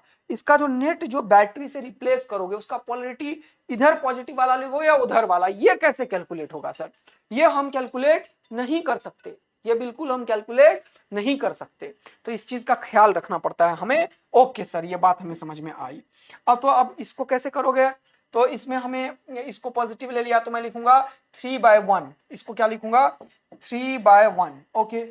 फिर क्या करूंगा प्लस E2, क्या करूंगा E2 देखो ये -4/2 लिखूंगा, ये चीज बताने के लिए इतना मेहनत कर रहा था तभी से मैं, पोलैरिटी उल्टा होगा तो माइनस होगा, देख पा रहे हो ना, ये गलती करता है बच्चा। फिर यहाँ पे क्या लिखोगे प्लस, इसका बैटरी है 6 तो लिखोगे 6/, क्योंकि आगे वाले का ही पॉजिटिव आपने देखा है तो आगे वाले का निगेटिव इसमें देख लिया, 6/1, देखो ये पॉजिटिव आया 6/1 और 3, ये हो गया 9 और ये हो गया -2, तो 7 ही आ गया ना, पॉजिटिव आ गया, डिवाइडेड बाय, ये तो हो गया 1/1 1/2 1/1, ठीक है, 1/1 प्लस 1/2 प्लस 1/1, तो ये बहुत आसान हो गया सर, ई इक्विवेलेंट आपने निकालना सिखाया, यही सबसे महत्वपूर्ण बात था इसमें। यस, तो इसको सॉल्व कर लेंगे तो अपने पास ई इक्विवेलेंट निकल जाएगा, मतलब ये सारा जो इतना से इतना बना हुआ है इन सबको एक आप रिप्लेस कर दोगे इस बैटरी के ईएमएफ से, ठीक, जो कि निकाला है कितना, ये 3 और 6 कितना हुआ 9, 9 में से 2 गया तो कितना हुआ 7, ऊपर हो चुका है 7 और नीचे कितना हो चुका है जरा सा देखो तो, नीचे हो चुका है सर 2 यहाँ गया, या तो ऐसे देखो 1 + 1 2 और ये 0.5 है तो 2.5 लिख लो। अच्छा 7/2.5 वोल्ट हो गया, ये मजा आया। यस, पूछा क्या है देखो कितना मजेदार बात है, 3 cells of EMF 3 volt 4 volt 6 volt are connected in parallel if their internal resistance are 1 ohm 2 ohm 1 ohm, find E equivalent EMF, निकाल दिया मैंने, हाँ सर ये निकाल दिया। R equivalent EMF भी बताओ, तो R equivalent तो यही होगा, यही तो है R equivalent 1/R1 plus 1/R2 plus 1/R3, कितना आया 2.5, मजा आया सर। तो डायरेक्ट मैं लिख सकता हूँ R इक्विवेलेंट तो हमने निकाला है 1/R1 करके, लेकिन 2.5 लिख सकते हो सर आप, क्योंकि आपने समझा दिया है हम। अगला, and the current in the external load 1.6, इसमें करंट, इसका एक इक्विवेलेंट फोटो बनेगा, हाँ, जिसका कि पॉजिटिव पोलैरिटी इधर होगा, हाँ, तो अब इसका फोटो भी बनाओ, इसका इक्विवेलेंट फोटो बनेगा जिसका पॉजिटिव पोलैरिटी यहाँ होगा, यहाँ एक R इक्विवेलेंट होगा जिसका वैल्यू 2.5 ओम होगा, ये R इक्विवेलेंट से रिप्लेस कर दिया, यहाँ एक E इक्विवेलेंट होगा जिसका वैल्यू हो जाएगा कितना 7/2.5 वोल्ट, अच्छा ठीक, और यहाँ पे एक एक्सटर्नल रेसिस्टेंस है, कितने का है 1.6 का है, शायद 1.6 ओम का है। यस सर, समझ में आ रहा है बच्चों को, बहुत बढ़िया तरीके से आ रहा होगा क्योंकि सारा कुछ एक्सप्लेन किए जा रहा हूं तभी से, बहुत बढ़िया। तो यहाँ पे है ई इक्विवेलेंट सर, हाँ। तो आई मुझे बोला है इसमें निकालो। अच्छा पोलरिटी इस बार देखो, आई पूछेगा अगर करंट का डायरेक्शन किधर होगा इसमें, तो वो यहां से यहां जाएगा करंट, क्योंकि ये पॉजिटिव पोलरिटी से करंट जाएगा। ये देखना अगर इसमें पूछता है कि ये एक्सटर्नल रेजिस्टेंस में करंट का डायरेक्शन बताओ, तब तुम फंस जाओगे। तो वो y से x की तरफ जाएगा। अच्छा सर बहुत ही बढ़िया। तो I का वैल्यू क्या हो जाएगा जल्दी से देखेंगे, E equivalent by R equivalent plus R, मान लो ये एक्सटर्नल रेजिस्टेंस है, सॉल्व कर लेंगे सर। तो ये हो जाएगा E equivalent divided by R equivalent plus R, और यहां से हमारा आंसर आ गया है सर। तो ये इक्विवेलेंट तुम्हारे पास है, आर इक्विवेलेंट तुम्हारे पास है, आर तुम्हारे पास है, रखेंगे और आंसर की प्राप्ति हो जाएगी। तो आई थिंक आप लोग अब सेल का पैरेलल कॉम्बिनेशन को बहुत बढ़िया तरीके से समझ गए होंगे, जरा सा तिनका भी समझ में आने में दिक्कतें नहीं रही होगी, और आप लोग ये बात एकदम कॉन्फिडेंस के साथ बोल सकते हैं कि सर कॉम्बिनेशन ऑफ सेल एकदम मजेदार तरीके से हमने समझ लिया है, अब आप तो दूसरा कॉन्सेप्ट समझाने की शुरुआत कर दो। तो चलिए, तो अभी तक हमने पढ़ा है क्या सेल कॉम्बिनेशन के सारे कुछ, अब क्या पढ़ेंगे, अब अपन पढ़ते हैं बेटा आरसी सर्किट, वो बचा हुआ है। और एक एरर वाले कॉन्सेप्ट तुम लोग बोल रहे थे बार बार, तो देखता हूं पहले तो कंप्लीट करेंगे आज, बता दूंगा एरर वाला, और वो भी बताऊंगा कि अनबैलेंस्ड वीट स्टोन बीच में करंट कैसे डिस्ट्रीब्यूट होगा। तो वो एक एक्स्ट्रा सेशन से होगा, लेकिन नेक्स्ट सेशन से अपन स्टार्ट करेंगे मैग्नेटिज्म, बहुत बढ़िया सा चैप्टर। आज पूरा अपना करंट इलेक्ट्रिसिटी हो चुका है रैप अप, आरसी सर्किट पढ़ा दूंगा, एनसीईआरटी में नहीं है लेकिन हो सकता है क्वेश्चंस नीट में आए। यस सर, तो अभी according to the syllabus of CBSE और नीट हमारा सिलेबस हो चुका है कंप्लीट, लेकिन आप एक और चीज पढ़ा रहे हो आरसी सर्किट, लेकिन कभी कभी आरसी सर्किट से क्वेश्चन आता है, एलआर सर्किट से आया हुआ है, आरसी से तो नहीं आया हुआ है, लेकिन उसका हम कॉन्सेप्ट हमें आना चाहिए सर। यस, तो चलिए शुरुआत करते हैं फिर से। अपन आज क्या शुरुआत कर रहे हो सर आप, मैं शुरुआत कर रहा हूं किसका, आरसी सर्किट का। किसका शुरुआत कर रहा हूं, आरसी सर्किट का, आरसी सर्किट का। तो आर और सी सर्किट क्या है सर, ये एक रेसिस्टर है और एक कैपेसिटर है। यस, तो इसमें होता क्या है, हम दो तरीके के सर्किट पढ़ते हैं आरसी सर्किट में। कौन कौन सा सर, आरसी सर्किट में हमेशा क्या होगा, एक रेसिस्टर होगा और एक कैपेसिटर होगा। अच्छा कैपेसिटर पढ़ना रहे हो आप इस चैप्टर में, हाँ। तो कुछ लोग मैंने बताया था ये पहले भी हो जाता है या कभी बाद में हो जाता है। तो हम देखना चाहते हैं कि ये कैपेसिटर के अक्रॉस यदि मैं कोई पोटेंशियल डिफरेंस क्रिएट करूं तो क्या होगा, तुम बताओ। सर ये कैपेसिटर के ऊपर चार्ज आना शुरू हो जाता है, यानी कि हम पढ़ने वाले हैं चार्जिंग ऑफ कैपेसिटर।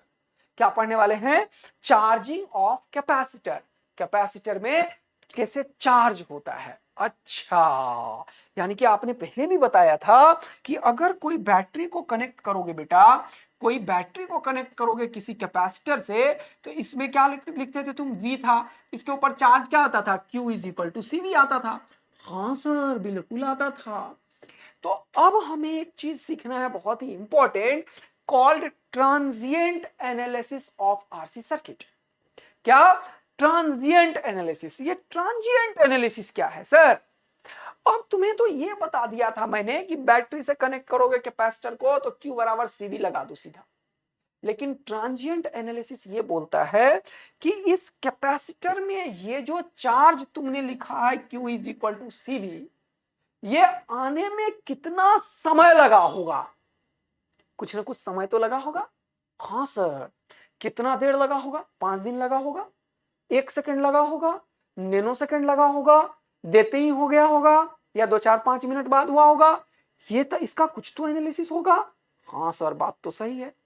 तो अब हमारा मकसद है कि इस सर्किट का ट्रांजिएंट एनालिसिस करना, ठीक। तो कोई भी आरसी सर्किट का 3 तरीके का एनालिसिस करेंगे। कितने तरीके का, 3 तरीके का एनालिसिस। कौन कौन से, एक ट्रांजिएंट एनालिसिस, एक स्टेडी स्टेट एनालिसिस,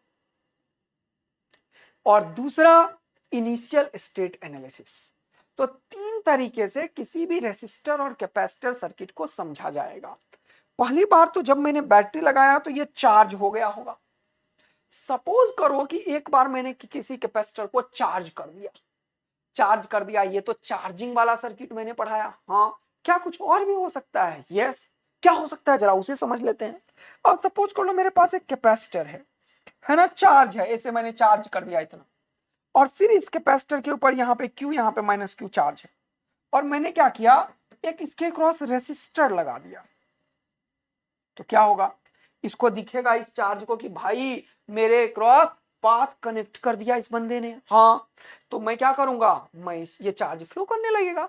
हाँ, जैसे ही ये चार्ज फ्लो करेगा तो तुम मुझे बताना बेटा, बताना अभी, एकदम मन ही मन बोलना। क्या सर, कि चार्ज जब फ्लो करेगा तो ये चार्ज का रेट से करंट आ जाएगा? बिल्कुल सर। अगर ये चार्ज सर्किट में फ्लो किया तो Q बाई टी या dQ बाई dt को क्या तुम बोलते हो, करंट।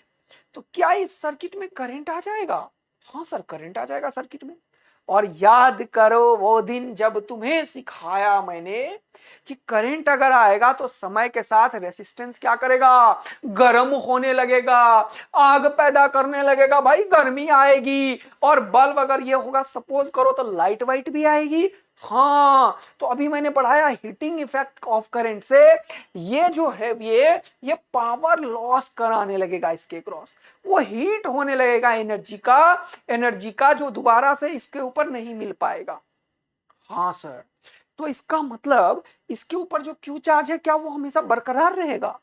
नहीं सर, ऐसे कैसे बोल दिया आपने, ये क्यू चार्ज तो हीट लॉस में जाएगा जाएगा जाएगा। तो D Q by D T जो है वो क्या है, चार्ज के फ्लो का रेट है।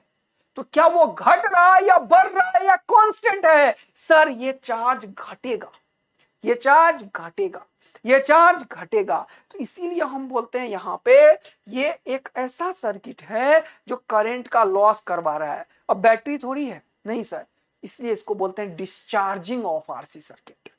अच्छा, तो यहां पे बैटरी लगाया तो इसका नाम आपने लिख दिया चार्जिंग।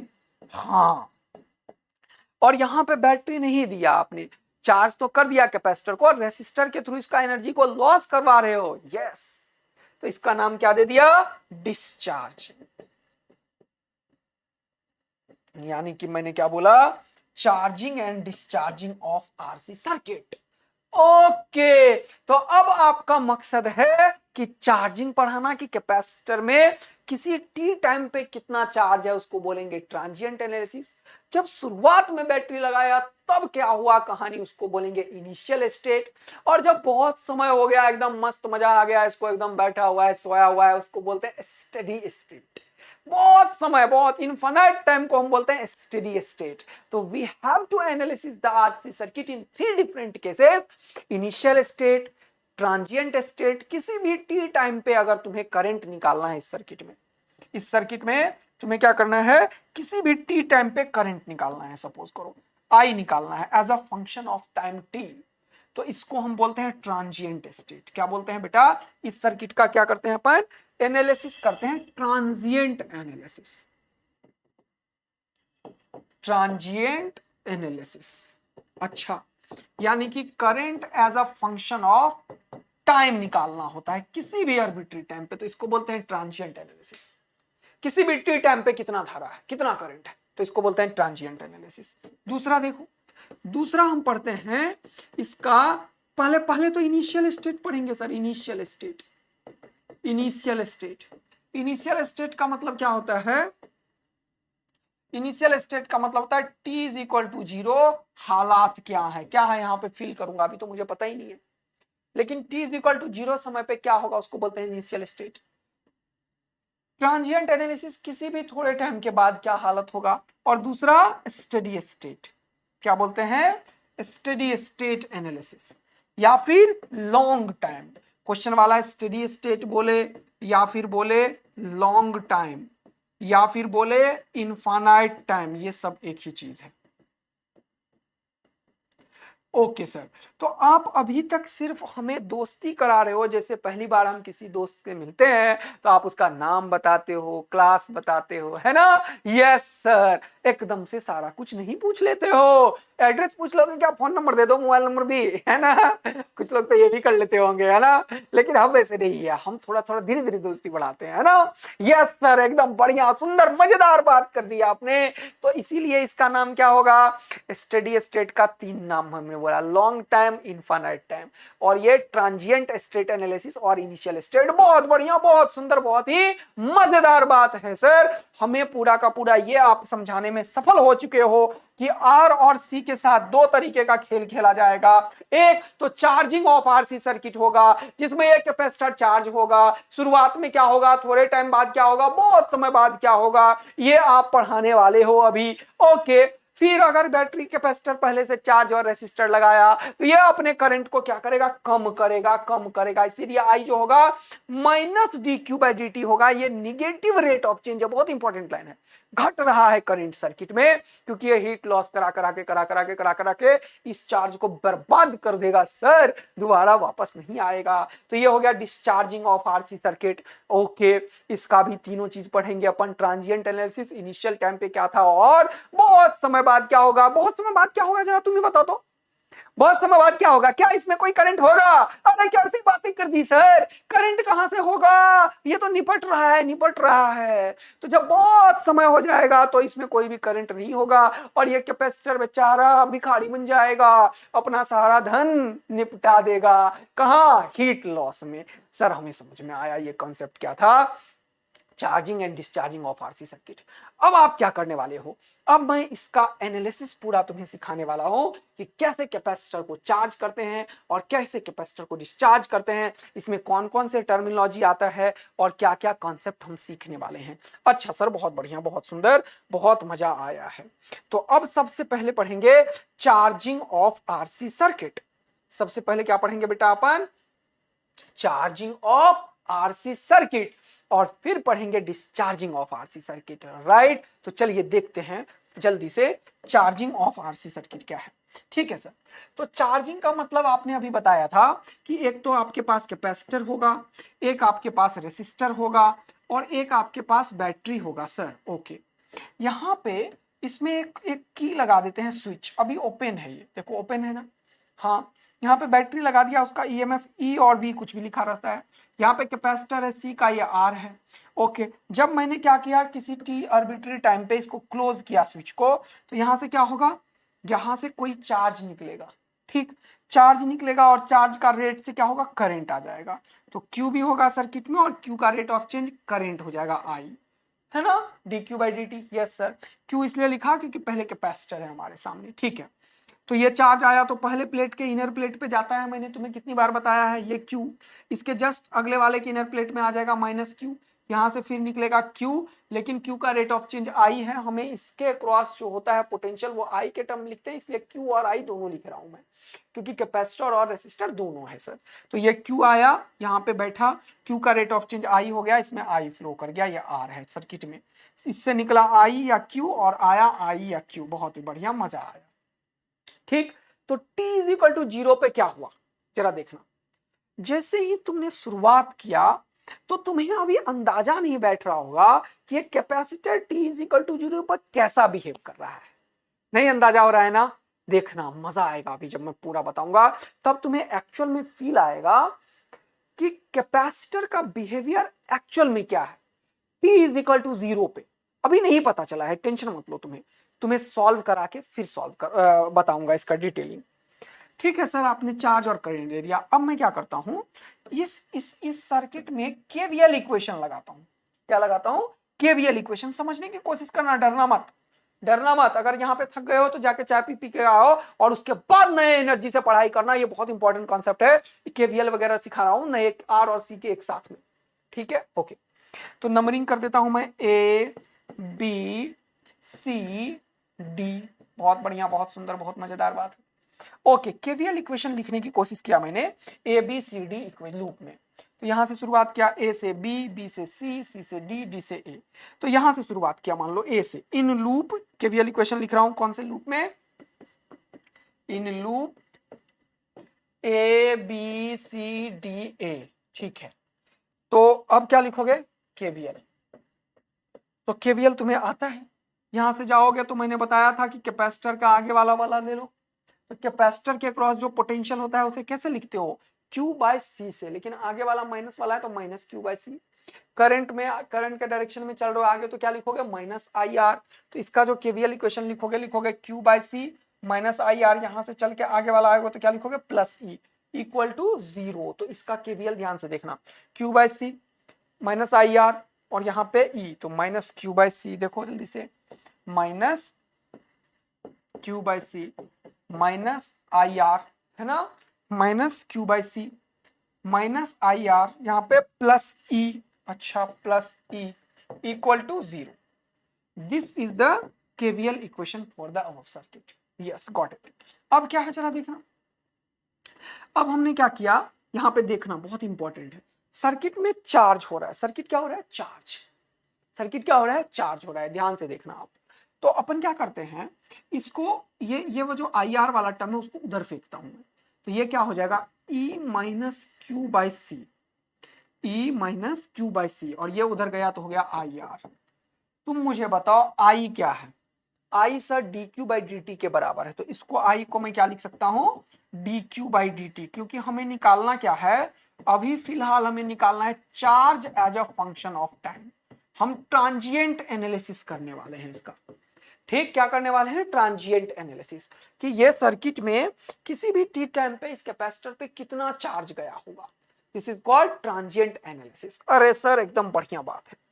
तो यहां पे हमने देखा कि ये I D Q by D T होगा, लिख देते हैं D Q by D T. अच्छा sir D Q by D T लिख दिया आई को आपने, क्योंकि इस बार करंट धीरे धीरे सर्किट में बढ़ रहा है ना, चार्जिंग शुरू हुई है, पहले कुछ नहीं था, इसलिए ये पॉजिटिव रेट होगा. और ये हो जाएगा आर. इसका मतलब अच्छे से समझना कि पॉजिटिव निगेटिव का मतलब, अगर कोई चीज शुरुआत से बढ़ना शुरू किया तो वो पॉजिटिव है, और पहले से है और वो घट रहा है तो निगेटिव रेट ऑफ चेंज होगा. अच्छा ये आपने बताया सर. यहाँ पे करो, ये हो जाएगा ई सी, एलसीएम लो, minus Q divided by C.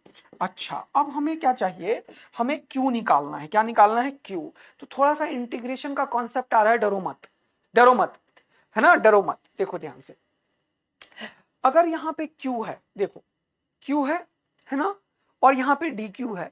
Integration तभी होता है जब एक तरीके का फंक्शन एक जगह आए. इंटीग्रेशन तभी होता है जब एक तरीके का फंक्शन एक जगह आए. तो dq के नीचे ये q वाला टर्म लाओगे तभी ये इंटीग्रेटेबल होगा. अच्छा, और ये dt को ऊपर कर देते हैं, ठीक, और ये r ऊपर है, इसको नीचे कर देते हैं. तो क्या क्या किया वो जरा देखो एक बार, जरा देखो. यहाँ पे dq है, हाँ लिख दो dq. अच्छा, इसके नीचे q वाला टर्म लेके आओ तो ec माइनस क्यू. ठीक, ये dt को इधर लेके आओ, हो गया dt. अच्छा, ये r को नीचे लेके आओ तो ये हो गया 1/RC. तो कहने का मतलब क्या हो चुका है, ये पूरा, ये सारा का सारा देखो ध्यान से. ये क्या हुआ, dt इधर आया, ये c तो पहले था, r भी नीचे, तो 1/RC इंटू dt. यस, और यहाँ पे dq और ये q, यानी कि q वाला टर्म एक जगह है और t वाला टर्म एक जगह है. मजा आया है सर. अब हमें पता है कि dq में से निकालना है हमें q, तो एक ही तरीका है d हटाने का. अरे dx का इंटीग्रेशन क्या होता है सर, x होता है. कैसे पता, ये इंटीग्रेशन d निकाल देता है सर, ऐसा. इसके आगे फॉर्मूला x का पावर n+1/n+1, टेंशन मत लो. तो इसको अब इंटीग्रेट करेंगे और आंसर आएगा. हाँ, तो थोड़ा कुछ फॉर्मूला इंटीग्रेशन का बताना पड़ेगा इसको सॉल्व करने के लिए, राइट. तो चलो पहले फॉर्मूला सिखा देता हूँ थोड़ा.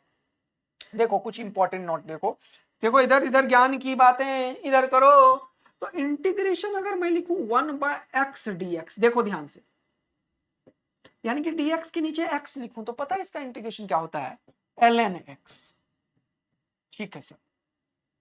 अगर मैं इस x में थोड़ा सा कुछ बढ़ाऊं, इंटीग्रेशन dx/ax करूं, तो जानते हो इसका इंटीग्रेशन क्या होता है, जो x के पीछे मल्टीप्लाई होता है ना, उससे डिवाइड भी करना होता है. तो क्या मतलब इसका, ये dx/ax लिखे हो सर आप, हाँ, तो ये ln ax तो लिखेंगे अपन, लेकिन बेटा x के पीछे क्या है, a, तो a से डिवाइड भी करना होता है. अच्छा, माइनस क्यों लिख दिया सर आपने, क्योंकि मैं ये बता रहा था कि अगर यहां कुछ नहीं है, प्लस है तो प्लस होगा.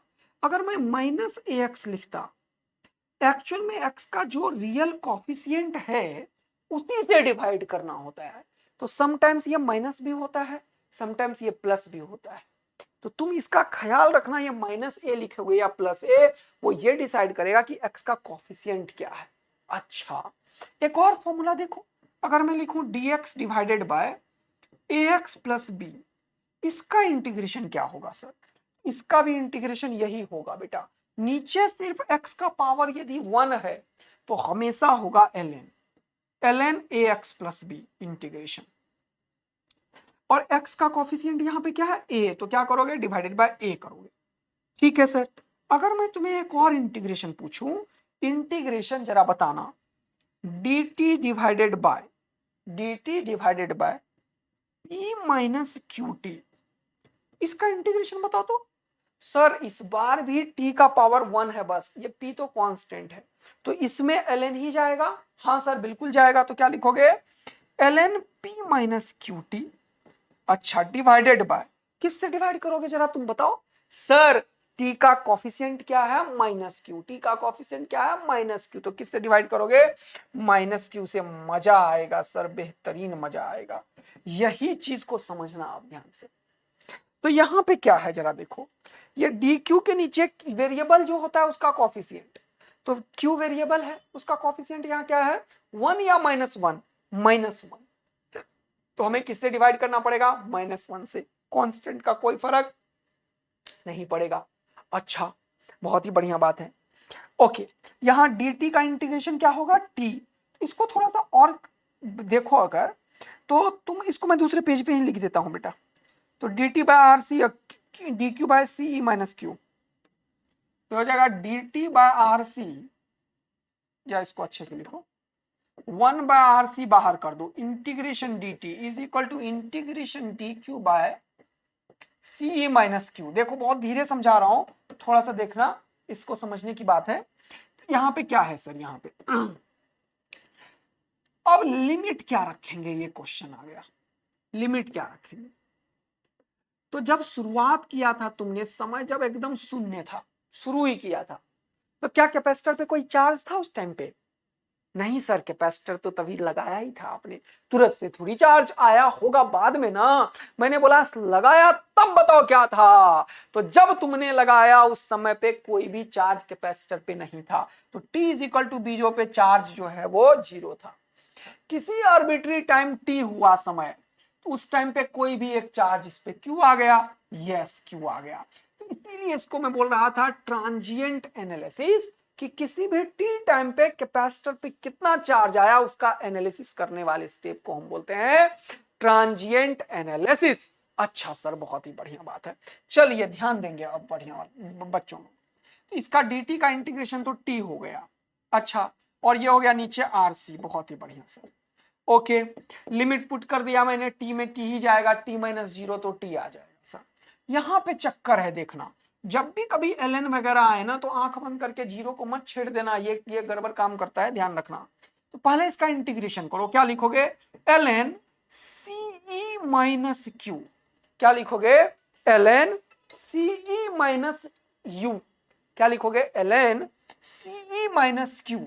अच्छा, और यहां पे क्या लिखोगे बेटा, यहां पे लिखेंगे sir ln ce minus Q integration 0 से q, ठीक, ln ce minus Q integration 0 से q। ओके बहुत बढ़िया बात है। और इसको जब तुम सॉल्व करोगे तो क्या आएगा जरा देखना, जरा देखना बेटा, यहां पे लिमिट पुट करना पड़ेगा सर, हमें यहां पे लिमिट पुट करना पड़ेगा हमें, क्यों? क्योंकि हमें ln में 0 अलग ही खेल खेलता है, ln में 0 अलग ही खेल खेलता है, ठीक। तो यस, एक बहुत ही बढ़िया सा बात आप मुझे बता दो सर, अब क्या कि ये इसका आप डिवाइड नहीं करोगे -1 से, कैसे नहीं करेंगे, करना पड़ेगा। तो यहां पे -1 लिखता हूं मैं, देखो तुम्हारे लिए -1, क्योंकि जो वेरिएबल है उसके कोफिशिएंट से डिवाइड भी करना होता है। हाँ, तो ये -1 तो सेपरेट है, इसको इधर फेंक दो, तो ये हो जाएगा -t/rc। बहुत बढ़िया, यहां पे लिमिट रखो, वेरिएबल क्या था, चार्ज था वेरिएबल क्यू। जिसको इस इंटीग्रेशन में दिक्कत हो रहा हो, समझना नहीं चाह रहा हो, तो तुम लोग बेटा रिजल्ट याद रखना, फिर रिजल्ट अभी बताऊंगा, लेकिन थोड़ा पेशेंस रखोगे और दिमाग लगाओगे तो ऐसा क्या है दुनिया में जो समझ में नहीं आएगा सर, हम समझेंगे, बिल्कुल समझेंगे। ये छोटा छोटा स्टेप है, आप एक स्टेप बता ही तो रहे हो, यस। तो थोड़ा सा रिजल्ट की तरफ बढ़ने की कोशिश कर रहे हैं। तो यहां पे जब करोगे इसको, तो ये पहले अपर लिमिट पुट करोगे, फिर माइनस, फिर लोअर लिमिट, हाँ, तो क्या लिखोगे ln ce माइनस क्यू, क्या लिखा ln ce माइनस क्यू, ठीक। फिर क्या लिखा माइनस, फिर क्या लिखा माइनस, अगला क्या होगा ln, इस q के बदले जीरो रखो, इस q के बदले जीरो रखो, तो क्या हो जाएगा ln ce। ओके ओके, अब अगला क्या है देखो जरा सा, कुछ नहीं है सर, यही तो था upper limit minus lower limit. देखो कितना मजा आया, तुम जीरो देख के सोच रहे होगे कि जीरो आता, लेकिन ये जीरो नहीं आया, इस बार देखो सीई आ गया, लेकिन पहले वाले केस में जीरो ही आया था। तो ln और e जब भी आए और जीरो और कुछ हो तो जीरो को भूलना मत, क्योंकि e का पावर जीरो 1 पैदा कर देता है। अच्छा, यानी कि ln और एक्सपोनेंशियल फंक्शन में हमें बच के चलना चाहिए। और ये तो आपने एक्स्ट्रा फॉर्मूला पढ़ा दिया सर, एक्स्ट्रा ज्ञान है ये, एक्स्ट्रा ज्ञान। अच्छा सर, तो फाइनली हमारे पास एक रिजल्ट आया, एक और लॉगरिथम का फॉर्मूला लगेगा ln x minus ln y। ये क्या होता है सर, ये होता है ln x माइनस y, है ना। एक और फॉर्मूला देखो ln x minus ln y, दुनिया क्या बोलती है इसको, ln x बाय y। ये देखो ध्यान से, ln x minus ln y को दुनिया क्या बोलती है, ln x बाय y। तो यहां पे जब आप बात करोगे तो ये क्या होगा, ln c minus Q by C is equal to minus T by R C. यहाँ पे क्या होगा, minus T by R C is equal to ln, देखो ध्यान से, ये हो गया x, ये हो गया y, तो c माइनस क्यू बाई सी। अच्छा, सी माइनस क्यू बाय सी। ओहो, अब एक खतरनाक रिजल्ट आने वाला है। एक और फॉर्मूला, सर कितने फॉर्मूला सिखा रहे हो, अच्छा है ना, एक ऐसा चीज सीख रहे हो जिसमें कि ढेर सारे कॉन्सेप्ट्स हमारे को बूस्ट अप हो रहा है। यस सर, मजेदार।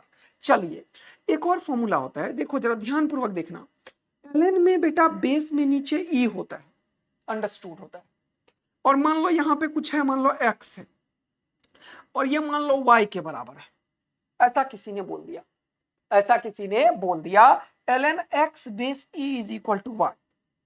क्या बोला, ln x base e is equal to y। तो क्या होगा, इस x को तुम जब सेपरेट करते हो, ध्यान देना क्या बोल रहा हूं, इस x को जब तुम सेपरेट करते हो, इस x को यहां पे लिखा, तो ये वाला इसके जगह को ले लेता है, तो e का power y is equal to x हो जाएगा। अच्छा, यानी कि ये दोनों इंटर कन्वर्जिबल है, हाँ, इससे ये और इससे ये हो सकता है। यस, अगर कोई ऐसा लिखता है e का power y is equal to x, तो दोनों तरफ log ले लो बेस e में। एक और चीज सिखा देता हूं, ये लो, टेकिंग log बोथ साइड, तो लिखोगे ln x बेस e, तो ये क्या लिखोगे, ln e का पावर y बेस e, और ये y जो होगा वो कहां चला जाएगा, पीछे, इसको क्या लिखोगे, y ln e और e, और ये जब सेम होता है तो होता है 1, ये जब सेम होता है तो होता है 1, तो y इंटू 1 क्या हुआ, 1, और ये फॉर्मूला होता है कि e का पावर में अगर कोई चीज हो और यहां, तो ये पीछे चला जाता है, तो ये पीछे आया और ln e हो गया 1, तो फाइनली क्या हो गया, देखो तो y is equal to ln e x, यही तो पहले भी था लिखा हुआ, यही तो मैंने बोला, मैंने इससे ये भी बना दिया और इससे ये भी बना दिया, मतलब ये एक्चुअल में इंटर कन्वर्जेबल है। y is equal to ln e x ही तो लिखा हुआ था, इससे ये बन जाएगा। तो कहने का मतलब तुम्हें लॉग को उड़ाना आना चाहिए, तो अगर log e x is equal to y लिखा हुआ है और तुम्हें इसे सेपरेट करना है, इसे इसके पावर में ये चढ़ जाएगा। Got it, yes. तो यहां पे बताना, अगर मैं ln उड़ाऊं तो बेस में तो e है जो छुपा हुआ है, हाँ, तो ये सेपरेट होगा, हाँ सेपरेट कर दो sir, ce minus Q by C, ठीक, हाँ बिल्कुल, हाँ, C minus Q by C ये सेपरेट हुआ, और e के पावर में ये सारा चढ़ जाएगा, तो e का power minus T by R C हो जाएगा। और ये जो आर सी नाम का चीज है ना बेटा, इसको दुनिया बोलती है time constant of RC circuit, time constant of RC circuit. तो अब तो सर मजा आ रहा है हमें, हाँ, तो इसको सॉल्व कर लो, सी ई बाई सी ई, हाँ, माइनस क्यू बाई सी ई, हाँ, तो ये क्या हो जाएगा, जल्दी देखना, ये और ये निपट गया, 1 और 1 आ गया, हाँ, तो फाइनली ये क्या हो गया, 1 minus Q by C E, 1 minus Q by C E is equal to E का power minus T by R C. अच्छा, अब इसको कर दो इधर, इसको कर दो इधर और इसको कर दो इधर, क्या होगा?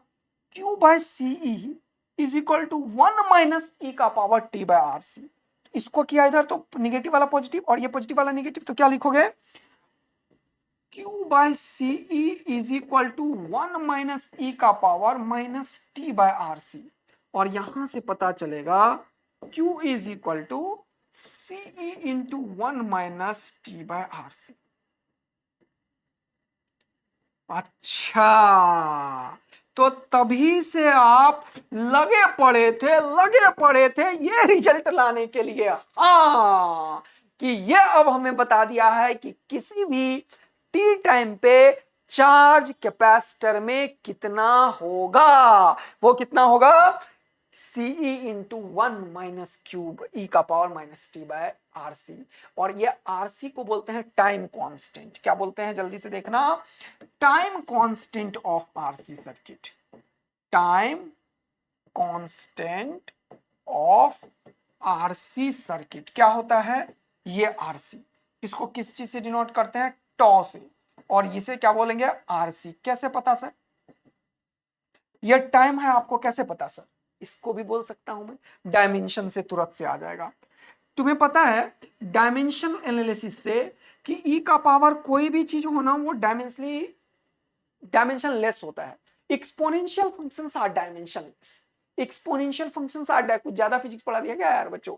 निपट गए हो लग रहा। निपटना नहीं यार, तुम लोग निपटना नहीं है बच्चों, निपटना नहीं है, मजा लेना है, एंजॉय करना है। याद है? ध्यान दो ध्यान दो ध्यान दो ध्यान दो बच्चों। Okay sir, c into 1 minus ई का power minus T by tau. हाँ, मैंने बोला एक्सपोनेंशियल फंक्शंस आर डायमेंशनलेस। ये जो एक्सपोनेंशियल फंक्शन होता है वो क्या होता है? डायमेंशनलेस होता है, डायमेंशनलेस होता है। तो e का power minus T by R C जो होगा वो भी डायमेंशनलेस होगा, और एक्सपोनेंशियल फंक्शन का पावर भी डायमेंशनलेस होता है। तो जो डायमेंशनलेस क्वांटिटी है उसको 1 के बराबर कर देते हैं। तो t बाय आर सी को करो 1 के बराबर, तो ये आर सी का डायमेंशन किसके बराबर आ गया? t के, और t का डायमेंशन क्या है? टाइम। तो एक्चुअल में ये आर सी का जो डायमेंशन होगा वो किसके बराबर होता है? टाइम के डायमेंशन के बराबर। यानी कि आर सी को हम क्या बोलते हैं? Time constant of RC circuit. तो कभी भी अगर कोई तुमसे पूछता है कि कोई आरसी सर्किट है जिसमें रेसिस्टर भी है और कैपेसिटर भी है, बताओ इसका टाइम कांस्टेंट क्या होगा? तो ये आर और सी को तुम मल्टीप्लाई कर देना और मजा मिलेगा जीवन का। तुम बोल देना ये time constant of RC circuit है। ओके, मजेदार। यस, तो हमें दो चीज पता चला कि किसी भी टी टाइम पे जो चार्ज होगा कैपेसिटर पे वो c इंटू 1 माइनस ई का power T by R C होगा, और इसको टॉ भी बोलेंगे। तो फाइनली मैं बोल सकता हूं कि चार्ज जो होगा वो होगा सीई इंटू 1 माइनस ई का power minus T by tau. This is the time constant of RC circuit. This is time constant of RC circuit. अच्छा, बेहतरीन, मजेदार, दमकदार, चमकदार। अच्छा, अब क्या करना है भाइयों? अब इसका 3 डिफरेंट टाइम पे एनालिसिस करना है। जब समय शून्य है, जब समय बहुत ज्यादा हो गया है ना, हाँ, तो अब हम करते हैं at T is equal to 0। इसको क्या बोलते हैं? इनिशियल स्टेट अब आ रहा है। क्या? Initial state. जब इनिशियल स्टेट की बात करेंगे तो इनिशियल स्टेट पे मुझे तुम बताओगे कि इनिशियल स्टेट पे ये चार्ज कैपेसिटर का चार्ज कितना होगा? क्यू। सर ये सीई लिख लो। ओके, इस पे टी का वैल्यू 0 रखो, तो क्या लिखोगे? 1 माइनस ई का पावर 0 बाय टॉ। तो 0 बाय 0 को किसी चीज से डिवाइड करोगे तो क्या होगा? 0, और ई का पावर 0 कितना होता है? 1। Anything to the power 0 is 1। कितना हुआ? 1 माइनस 1, तो ये क्या हो गया? CE minus 1 minus 1। तो सीई इंटू 0 कितना आंसर हो गया? 0। शुरुआत में कैपेसिटर के ऊपर चार्ज 0 होता है। शुरुआत में कैपेसिटर के ऊपर चार्ज 0 होता है। तो जब भी तुम किसी क्वेश्चन में इनिशियल स्टेट की बात करोगे, देखना ध्यान से, मजा आएगा तुम्हें यार, फील आ जाएगा। जरा देखना, मजा आएगा, अभी मजा आ रहा है सर। ये रहा एक कैपेसिटर, ये रहा एक रेसिस्टर, और यहां पे एक बैटरी, ठीक। स्विच। अब मुझे बताओ, मुझे अगर स्विच को कनेक्ट किया और t बराबर 0 की बात करें, ये V है, इस पे चार्ज कितना है? 0, क्योंकि इस पे कोई चार्ज ही नहीं है। हाँ, इसके क्रॉस पोटेंशियल डिफरेंस कितना होगा? Sir Q by C, Q 0 है तो इसके क्रॉस का पोटेंशियल डिफरेंस भी हो जाएगा 0। अरे इस दोनों पॉइंट के बीच का पोटेंशियल डिफरेंस कितना हो गया? 0। यदि किसी चीज के बीच का पोटेंशियल डिफरेंस 0 हो तो उसे क्या बोलते हैं? उसे बोलते हैं जीरो रेसिस्टेंस वायर। अरे भाई साहब, यही तो बताया था कि जीरो रेजिस्टेंस वायर में मान लो कि इस पॉइंट का नाम है ए और इस पॉइंट का बी, बताओ वी ए माइनस बी भी कितना? Sir zero. आपने बताया था सर, आपने बताया था ये बात कि जीरो रेजिस्टेंस वायर में रेजिस्टेंस नहीं है, करंट होगा, करंट होगा। अरे करंट होगा लेकिन इसका रेसिस्टेंस ही 0 है, इसीलिए VA माइनस बी भी तुमने क्या बताया था? I into R. तो I इंटू 0, आंसर क्या आ गया था? 0। तो VA माइनस बी भी क्या हो गया? 0। इसका मतलब कि ये जो कैपेसिटर है वो इनिशियल टाइम पे कैसा बिहेव करता है? जल्दी बताओ मुझे, जल्दी। The behaviour of the capacitor at t is equal to 0 कैसा है? जीरो रेसिस्टेंस वायर की तरह है। सर ये स्टाइल तो खतरनाक है सर, यानी कि t इज इक्वल टू 0 पे एक कैपेसिटर किसकी तरह बिहेव करता है? जीरो रेसिस्टेंस वायर की तरह। अच्छा, यानी कि behaviour of capacitor at t is equal to 0। Now हमें क्या ज्ञान की प्राप्ति हुई है? नोट करके लिखो, नोट करके। बिहेवियर ऑफ या फिर लिखो capacitor behaves as a, capacitor behaves as a zero resistance wire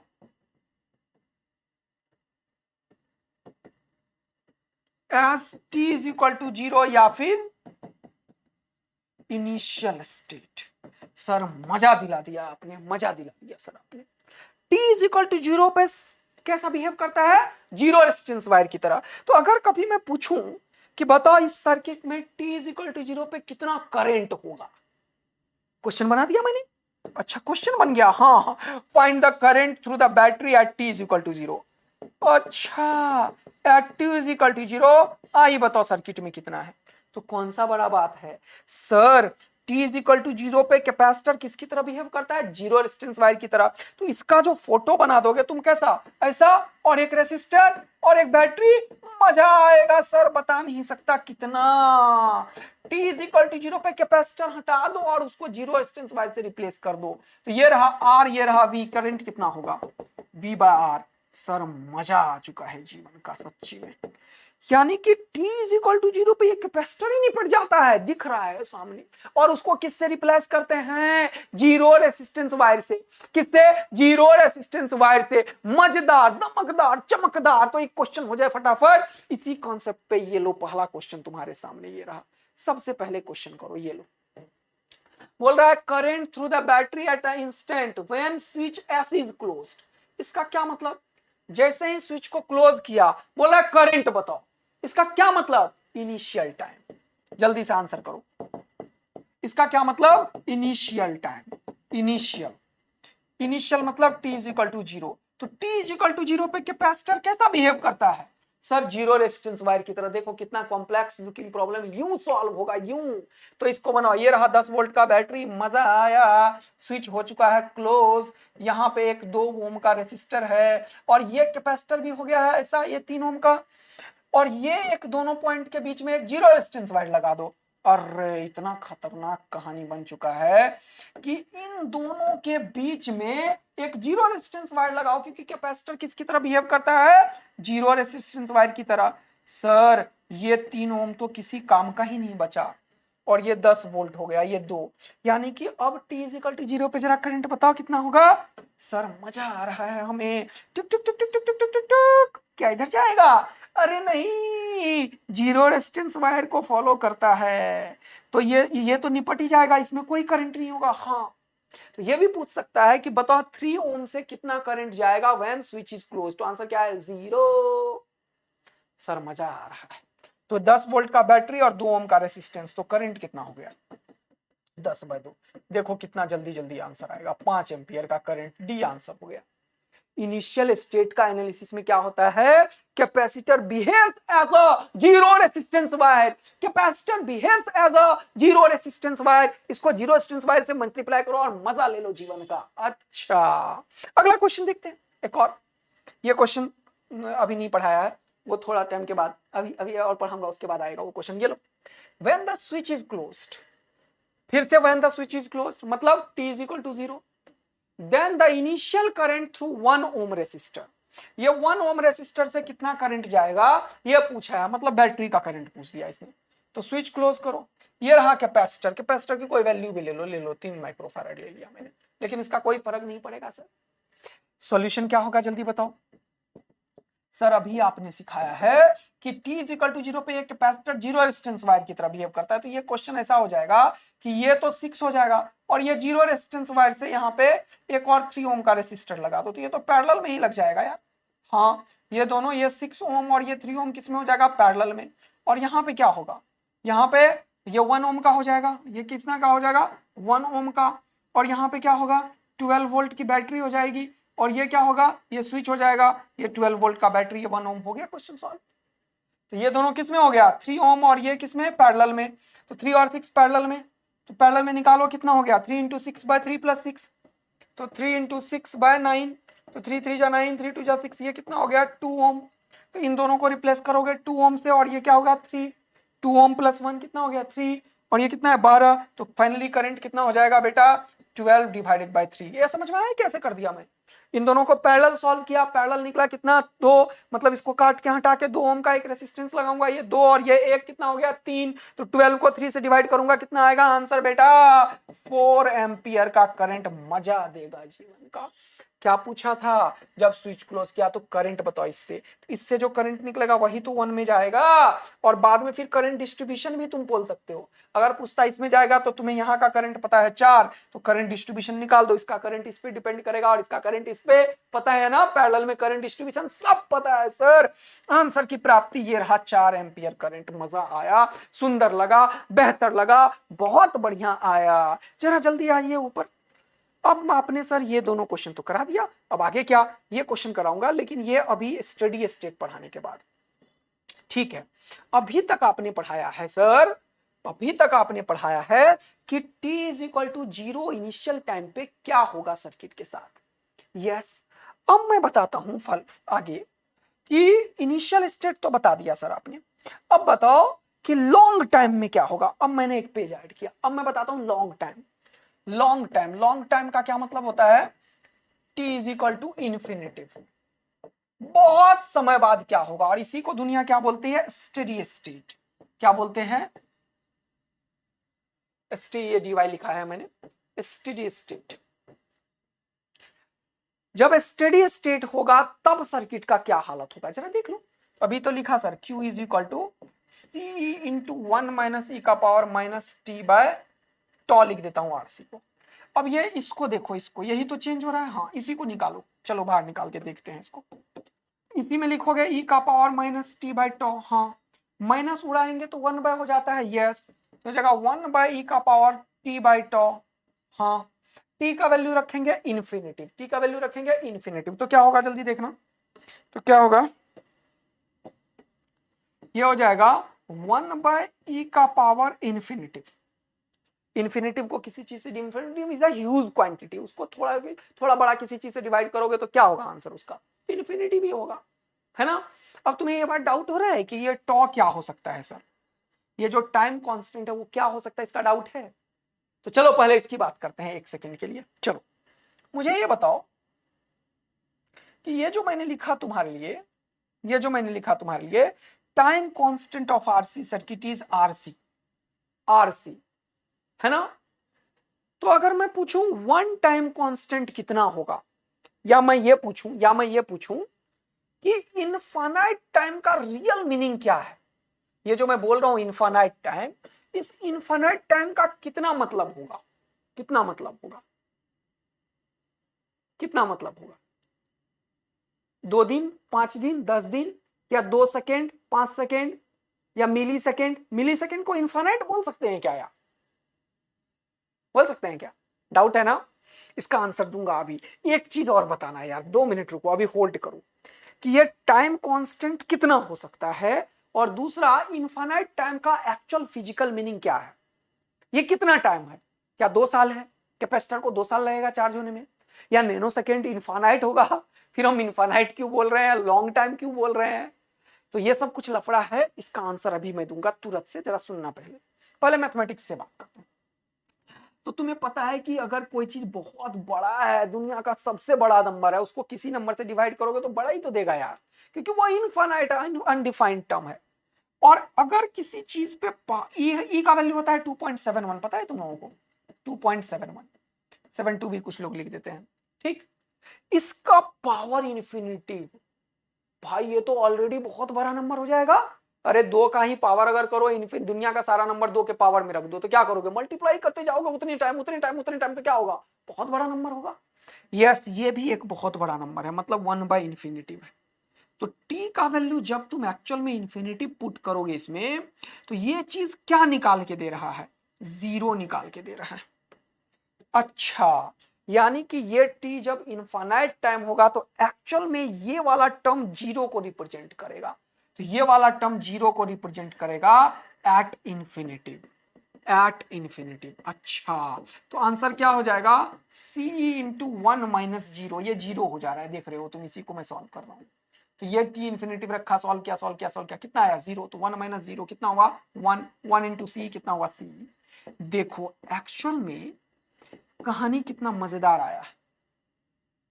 capacitor fully charge हो चुका है, कैपेसिटर फुल्ली चार्ज हो गया। इसको क्या बोलोगे?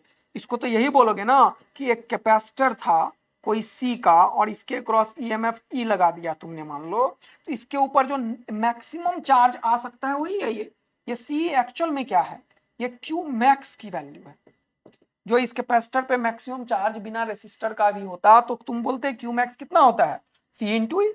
अच्छा, तो एक्चुअल में इसके ऊपर मैक्सिमम चार्ज आता है, मतलब इससे ज्यादा चार्ज ये होगा ही नहीं, मैक्सिमम चार्ज आएगा, है ना। तो अगर कैपेसिटर को फुल्ली चार्ज होना है, इसको मैक्सिमम चार्ज को ही क्या बोलते हैं? फुल्ली चार्ज, ये सब नाम है, न्यूमेरिकल्स में ये सब लाइन यूज होगा, फुल्ली चार्ज। अगर अपना कैपेसिटर पूरा चार्ज हो गया, सपोज करो अगर अपना कैपेसिटर पूरा चार्ज हो गया, तो उसके ऊपर कितना चार्ज आएगा? C। जो बैटरी रहेगा, जो कैपेसिटेंस रहेगा, उसको मल्टीप्लाई कर देंगे, जो आएगा वही मैक्सिमम चार्ज होगा। हाँ सर। और वो कब होगा? इनफाइनाइट टाइम पे होगा। इनफाइनाइट टाइम है क्या, वो हमें नहीं पता अभी। वो 2 साल है या 2 दिन है या मिली सेकेंड या माइक्रो सेकेंड है, अभी हमें नहीं पता, लेकिन समझो बहुत समय के बाद उसी को दुनिया बोलती है स्टेडी स्टेट। यानी कि स्टेडी स्टेट में कैपेसिटर पूरा चार्ज हो जाएगा। अब कोई चार्ज लेगा क्या? अरे जब पूरा खा लेगा तो कोई भी चार्ज नहीं लेगा। यानी कि अब कैपेसिटर बोलेगा कि भाई मैं पूरा चार्ज ले चुका हूं, मैं पूरा चार्ज ले चुका हूं। यानी कि अगर मैं स्विच कनेक्ट करके इसको सॉल्व करूं बेटा, तो t is equal to infinity पे बहुत टाइम के बाद ये कैपेसिटर पे आ जाएगा Q is equal to C V charge. अगर ये V है तो अब V लिखा मैंने, और इसके ऊपर कोई भी चार्ज जाएगा क्या? अब नहीं जाएगा। तो charge t is equal to 0 पे सर्किट में अब कोई चार्ज नहीं है। Q जो है वो कितना है? मैक्सिमम Q जो है वो कांस्टेंट हो चुका है। ये सर्किट में चार्ज जो है वो क्या हो चुका है? Maximum charge, fully charge. और ये कैसा वैल्यू है? ये कांस्टेंट वैल्यू है। कैसे पता सर ये कांस्टेंट है? कैसे पता? क्योंकि C भी फिक्स था और ये भी फिक्स था। तो कांस्टेंट है तो इसको डिफरेंशिएट करो, एक बार तुम डिफरेंशिएट करो, तो dq बाई dt क्या लिखोगे? अरे कांस्टेंट का डिफरेंशिएशन क्या होता है? dce बाई dt, और c क्या हो चुका है? कांस्टेंट। तो कांस्टेंट का डिफरेंशिएशन होता है 0। यानी कि इनफाइनाइट टाइम के बाद सर्किट में चार्ज तो मैक्सिमम होता है, लेकिन करंट 0 होता है। क्यों? क्योंकि ये कैपेसिटर पूरा चार्ज हो चुका है, तो अब चार्ज ही नहीं ले रहा है। यानी कि एक फिर से बहुत बढ़िया चीज सीखा हमने कि जब लॉन्ग टाइम होता है या इनफाइनाइट टाइम होता है तो कैपेसिटर पूरा चार्ज होके मस्त हो गया होता है और फर्दर कोई भी चार्ज का फ्लो नहीं होता है, कांस्टेंट हो जाता है। तो further I D Q by D T, और ये क्या हो गया? 0। यानी कि अब कैपेसिटर वाले आर्म में कोई भी करंट नहीं होता है when capacitor is fully charged या when steady state is reached या infinite time। यानी कि infinite time बोले या steady state बोले या फिर long time बोले, कैपेसिटर वाले आर्म में कोई भी करंट नहीं होगा।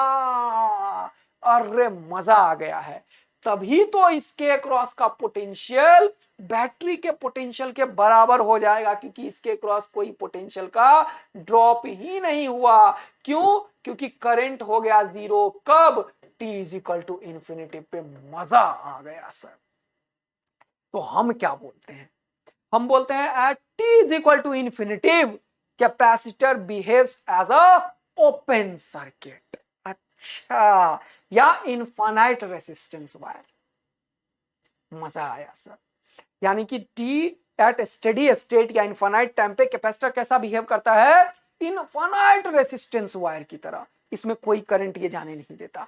अच्छा, तो इसको हम बोल सकते हैं क्या? फिर से एक ज्ञान की प्राप्ति हुई। At T is equal to 0 capacitor behaves as a infinite resistance wire या फिर ओपन सर्किट। ओपन सर्किट भी बोल सकते हो, करंट ही नहीं जा रहा है उससे। That is current through the capacitive arm. That is current through the capacitive arm. current through the capacitive arm is equal to 0। यानी कि कैपेसिटर वाले आर्म पे करंट ही नहीं जाता है। इसका अब मतलब समझते हैं, है ना? इसका मतलब क्या है एक्चुअल में? तो इसका मतलब ये है सर, कहां लिख दिया मैंने? At T is equal to 0 infinity की केस। हाँ, ये सब अभी कहां लिख रहा था मैं? अरे कहां लिख रहा था मैं? मिल ही नहीं रहा मुझे। हाँ, ये रहा। At T is equal to 0 capacitor behaves as a infinite, नहीं, T is equal to infinity. गलत हो गया, वही मैं सोच रहा हूँ, ये क्या कर दिया मैंने? T is equal to infinite time या फिर स्टेडी स्टेट या फिर लॉन्ग टाइम। ये सब वर्ड यूज होगा न्यूमेरिकल में, ध्यान रखना। तो जब बहुत समय हो गया तो कैपेसिटर हो गया फुल्ली चार्ज और कैपेसिटर इनफाइनाइट रेसिस्टेंस वायर की तरह बिहेव कर रहा है और उसमें कोई भी करंट नहीं है। मतलब जिस भी आर्म में कैपेसिटर होगा उसके थ्रू करंट 0 होगा इनफाइनाइट टाइम के बाद। यस, इसका क्या मतलब है जरा सा एक न्यूमेरिकल से सॉल्व करके समझते हैं। एक छोटा सा न्यूमेरिकल दिया मैंने। मान लो यहाँ पे दे दिया 2 ओम का रेसिस्टर, यहाँ पे दे दिया एक कैपेसिटर, यहाँ पे दे दिया एक रेसिस्टर, यहाँ पे दे दिया एक 10 वोल्ट का बैटरी और ये 2 ओम का रेसिस्टर, ये भी 2 ओम का रेसिस्टर, ये कैपेसिटर 3 माइक्रोफैराड का, ये 10 वोल्ट का बैटरी। ठीक, मैंने पूछा एट स्टेडी स्टेट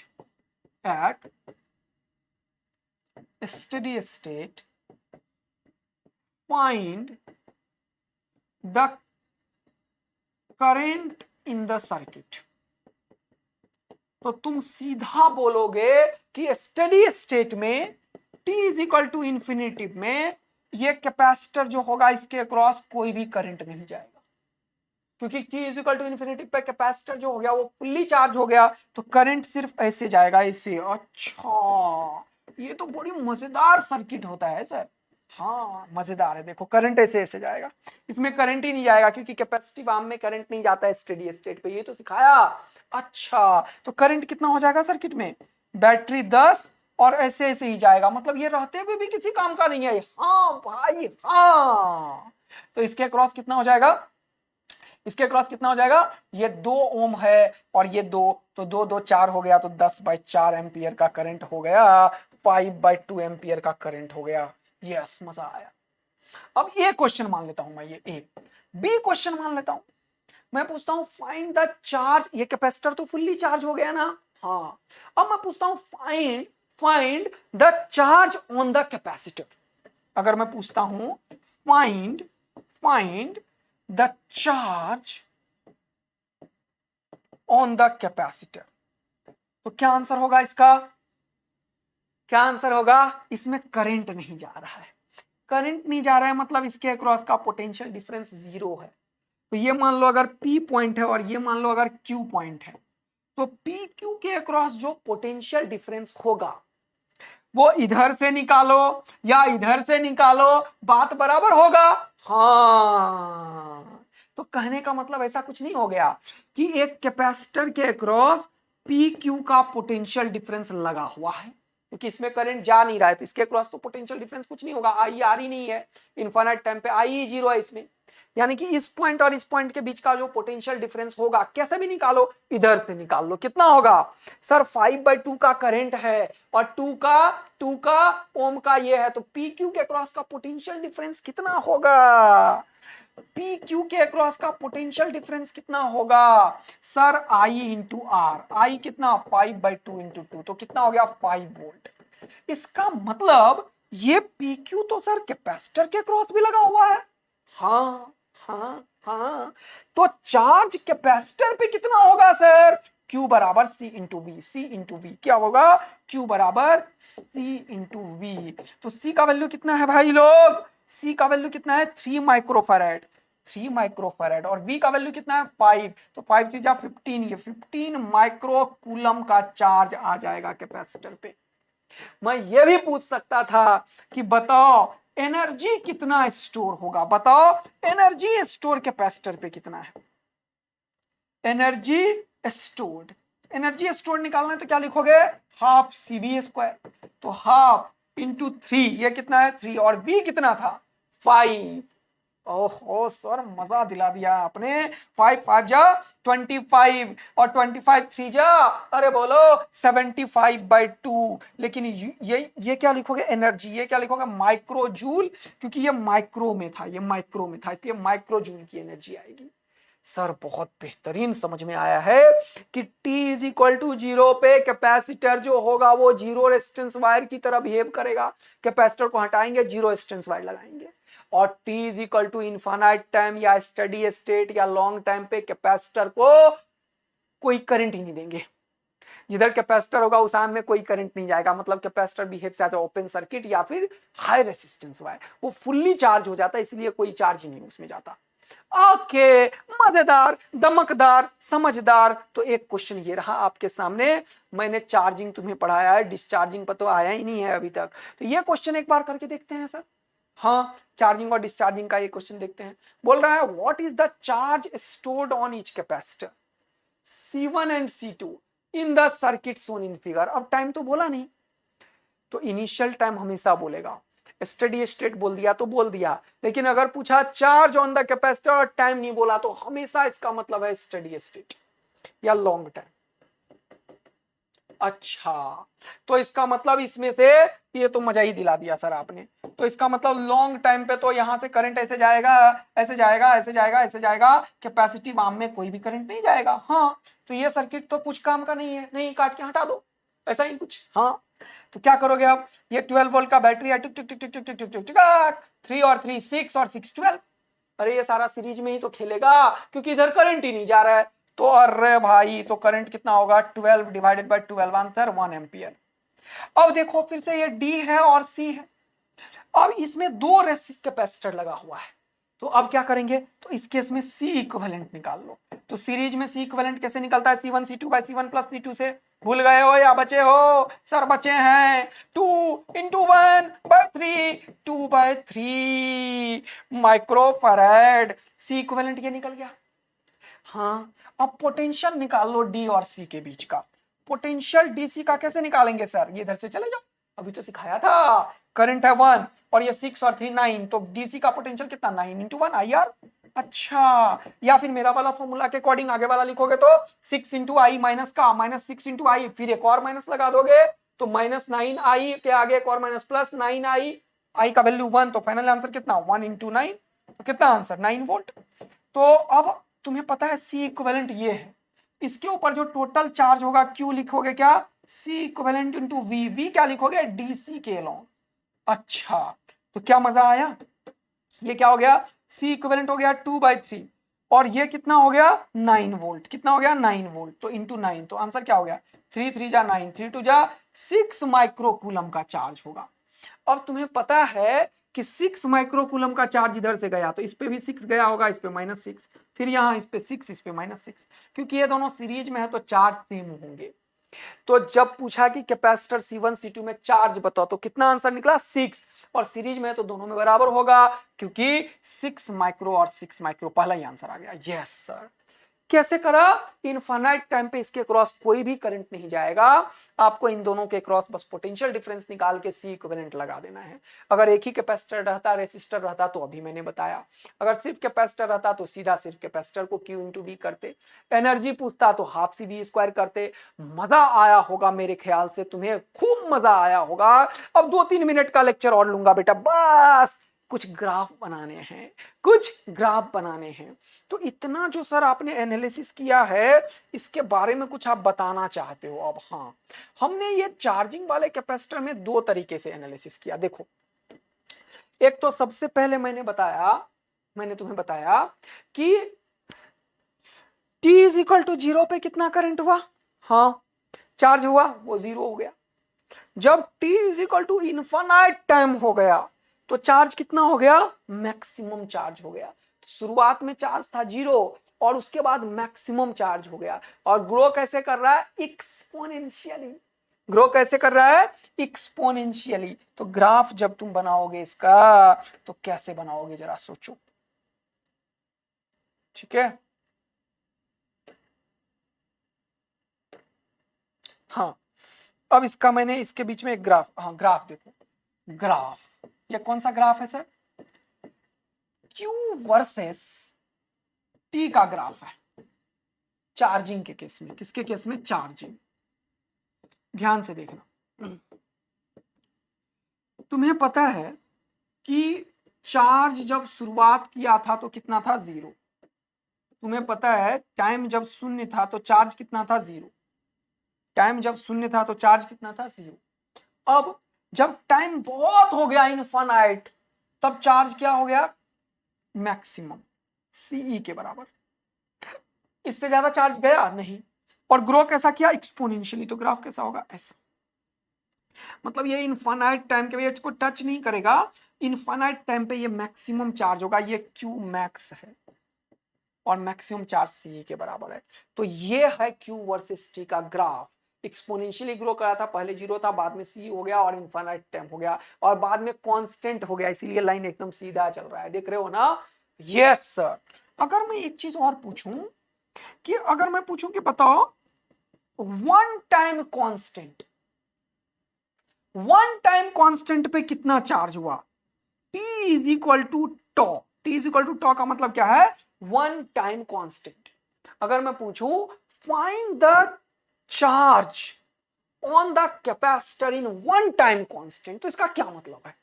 अगर मैं पूछूं यहीं पे फाइंड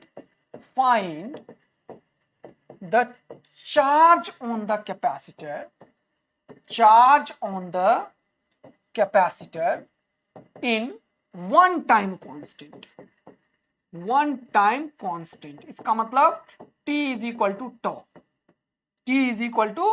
टॉ। ऐसा अगर मैं पूछूं तो इसका क्या मतलब है, इसका मतलब है Q इज इक्वल टू, ये Q मैक्स को C लिखा था मैंने, CE इंटू 1 माइनस E का पावर माइनस T बाई टॉ, मैं T का वैल्यू टॉ रख दू तो टॉ बाई टॉ निपट गया, कितना बचा है ना, T is equal to tau इसमें रखो तो कितना बचा बताओ, ये हुआ CE इंटू 1 माइनस E का power minus tau by toe.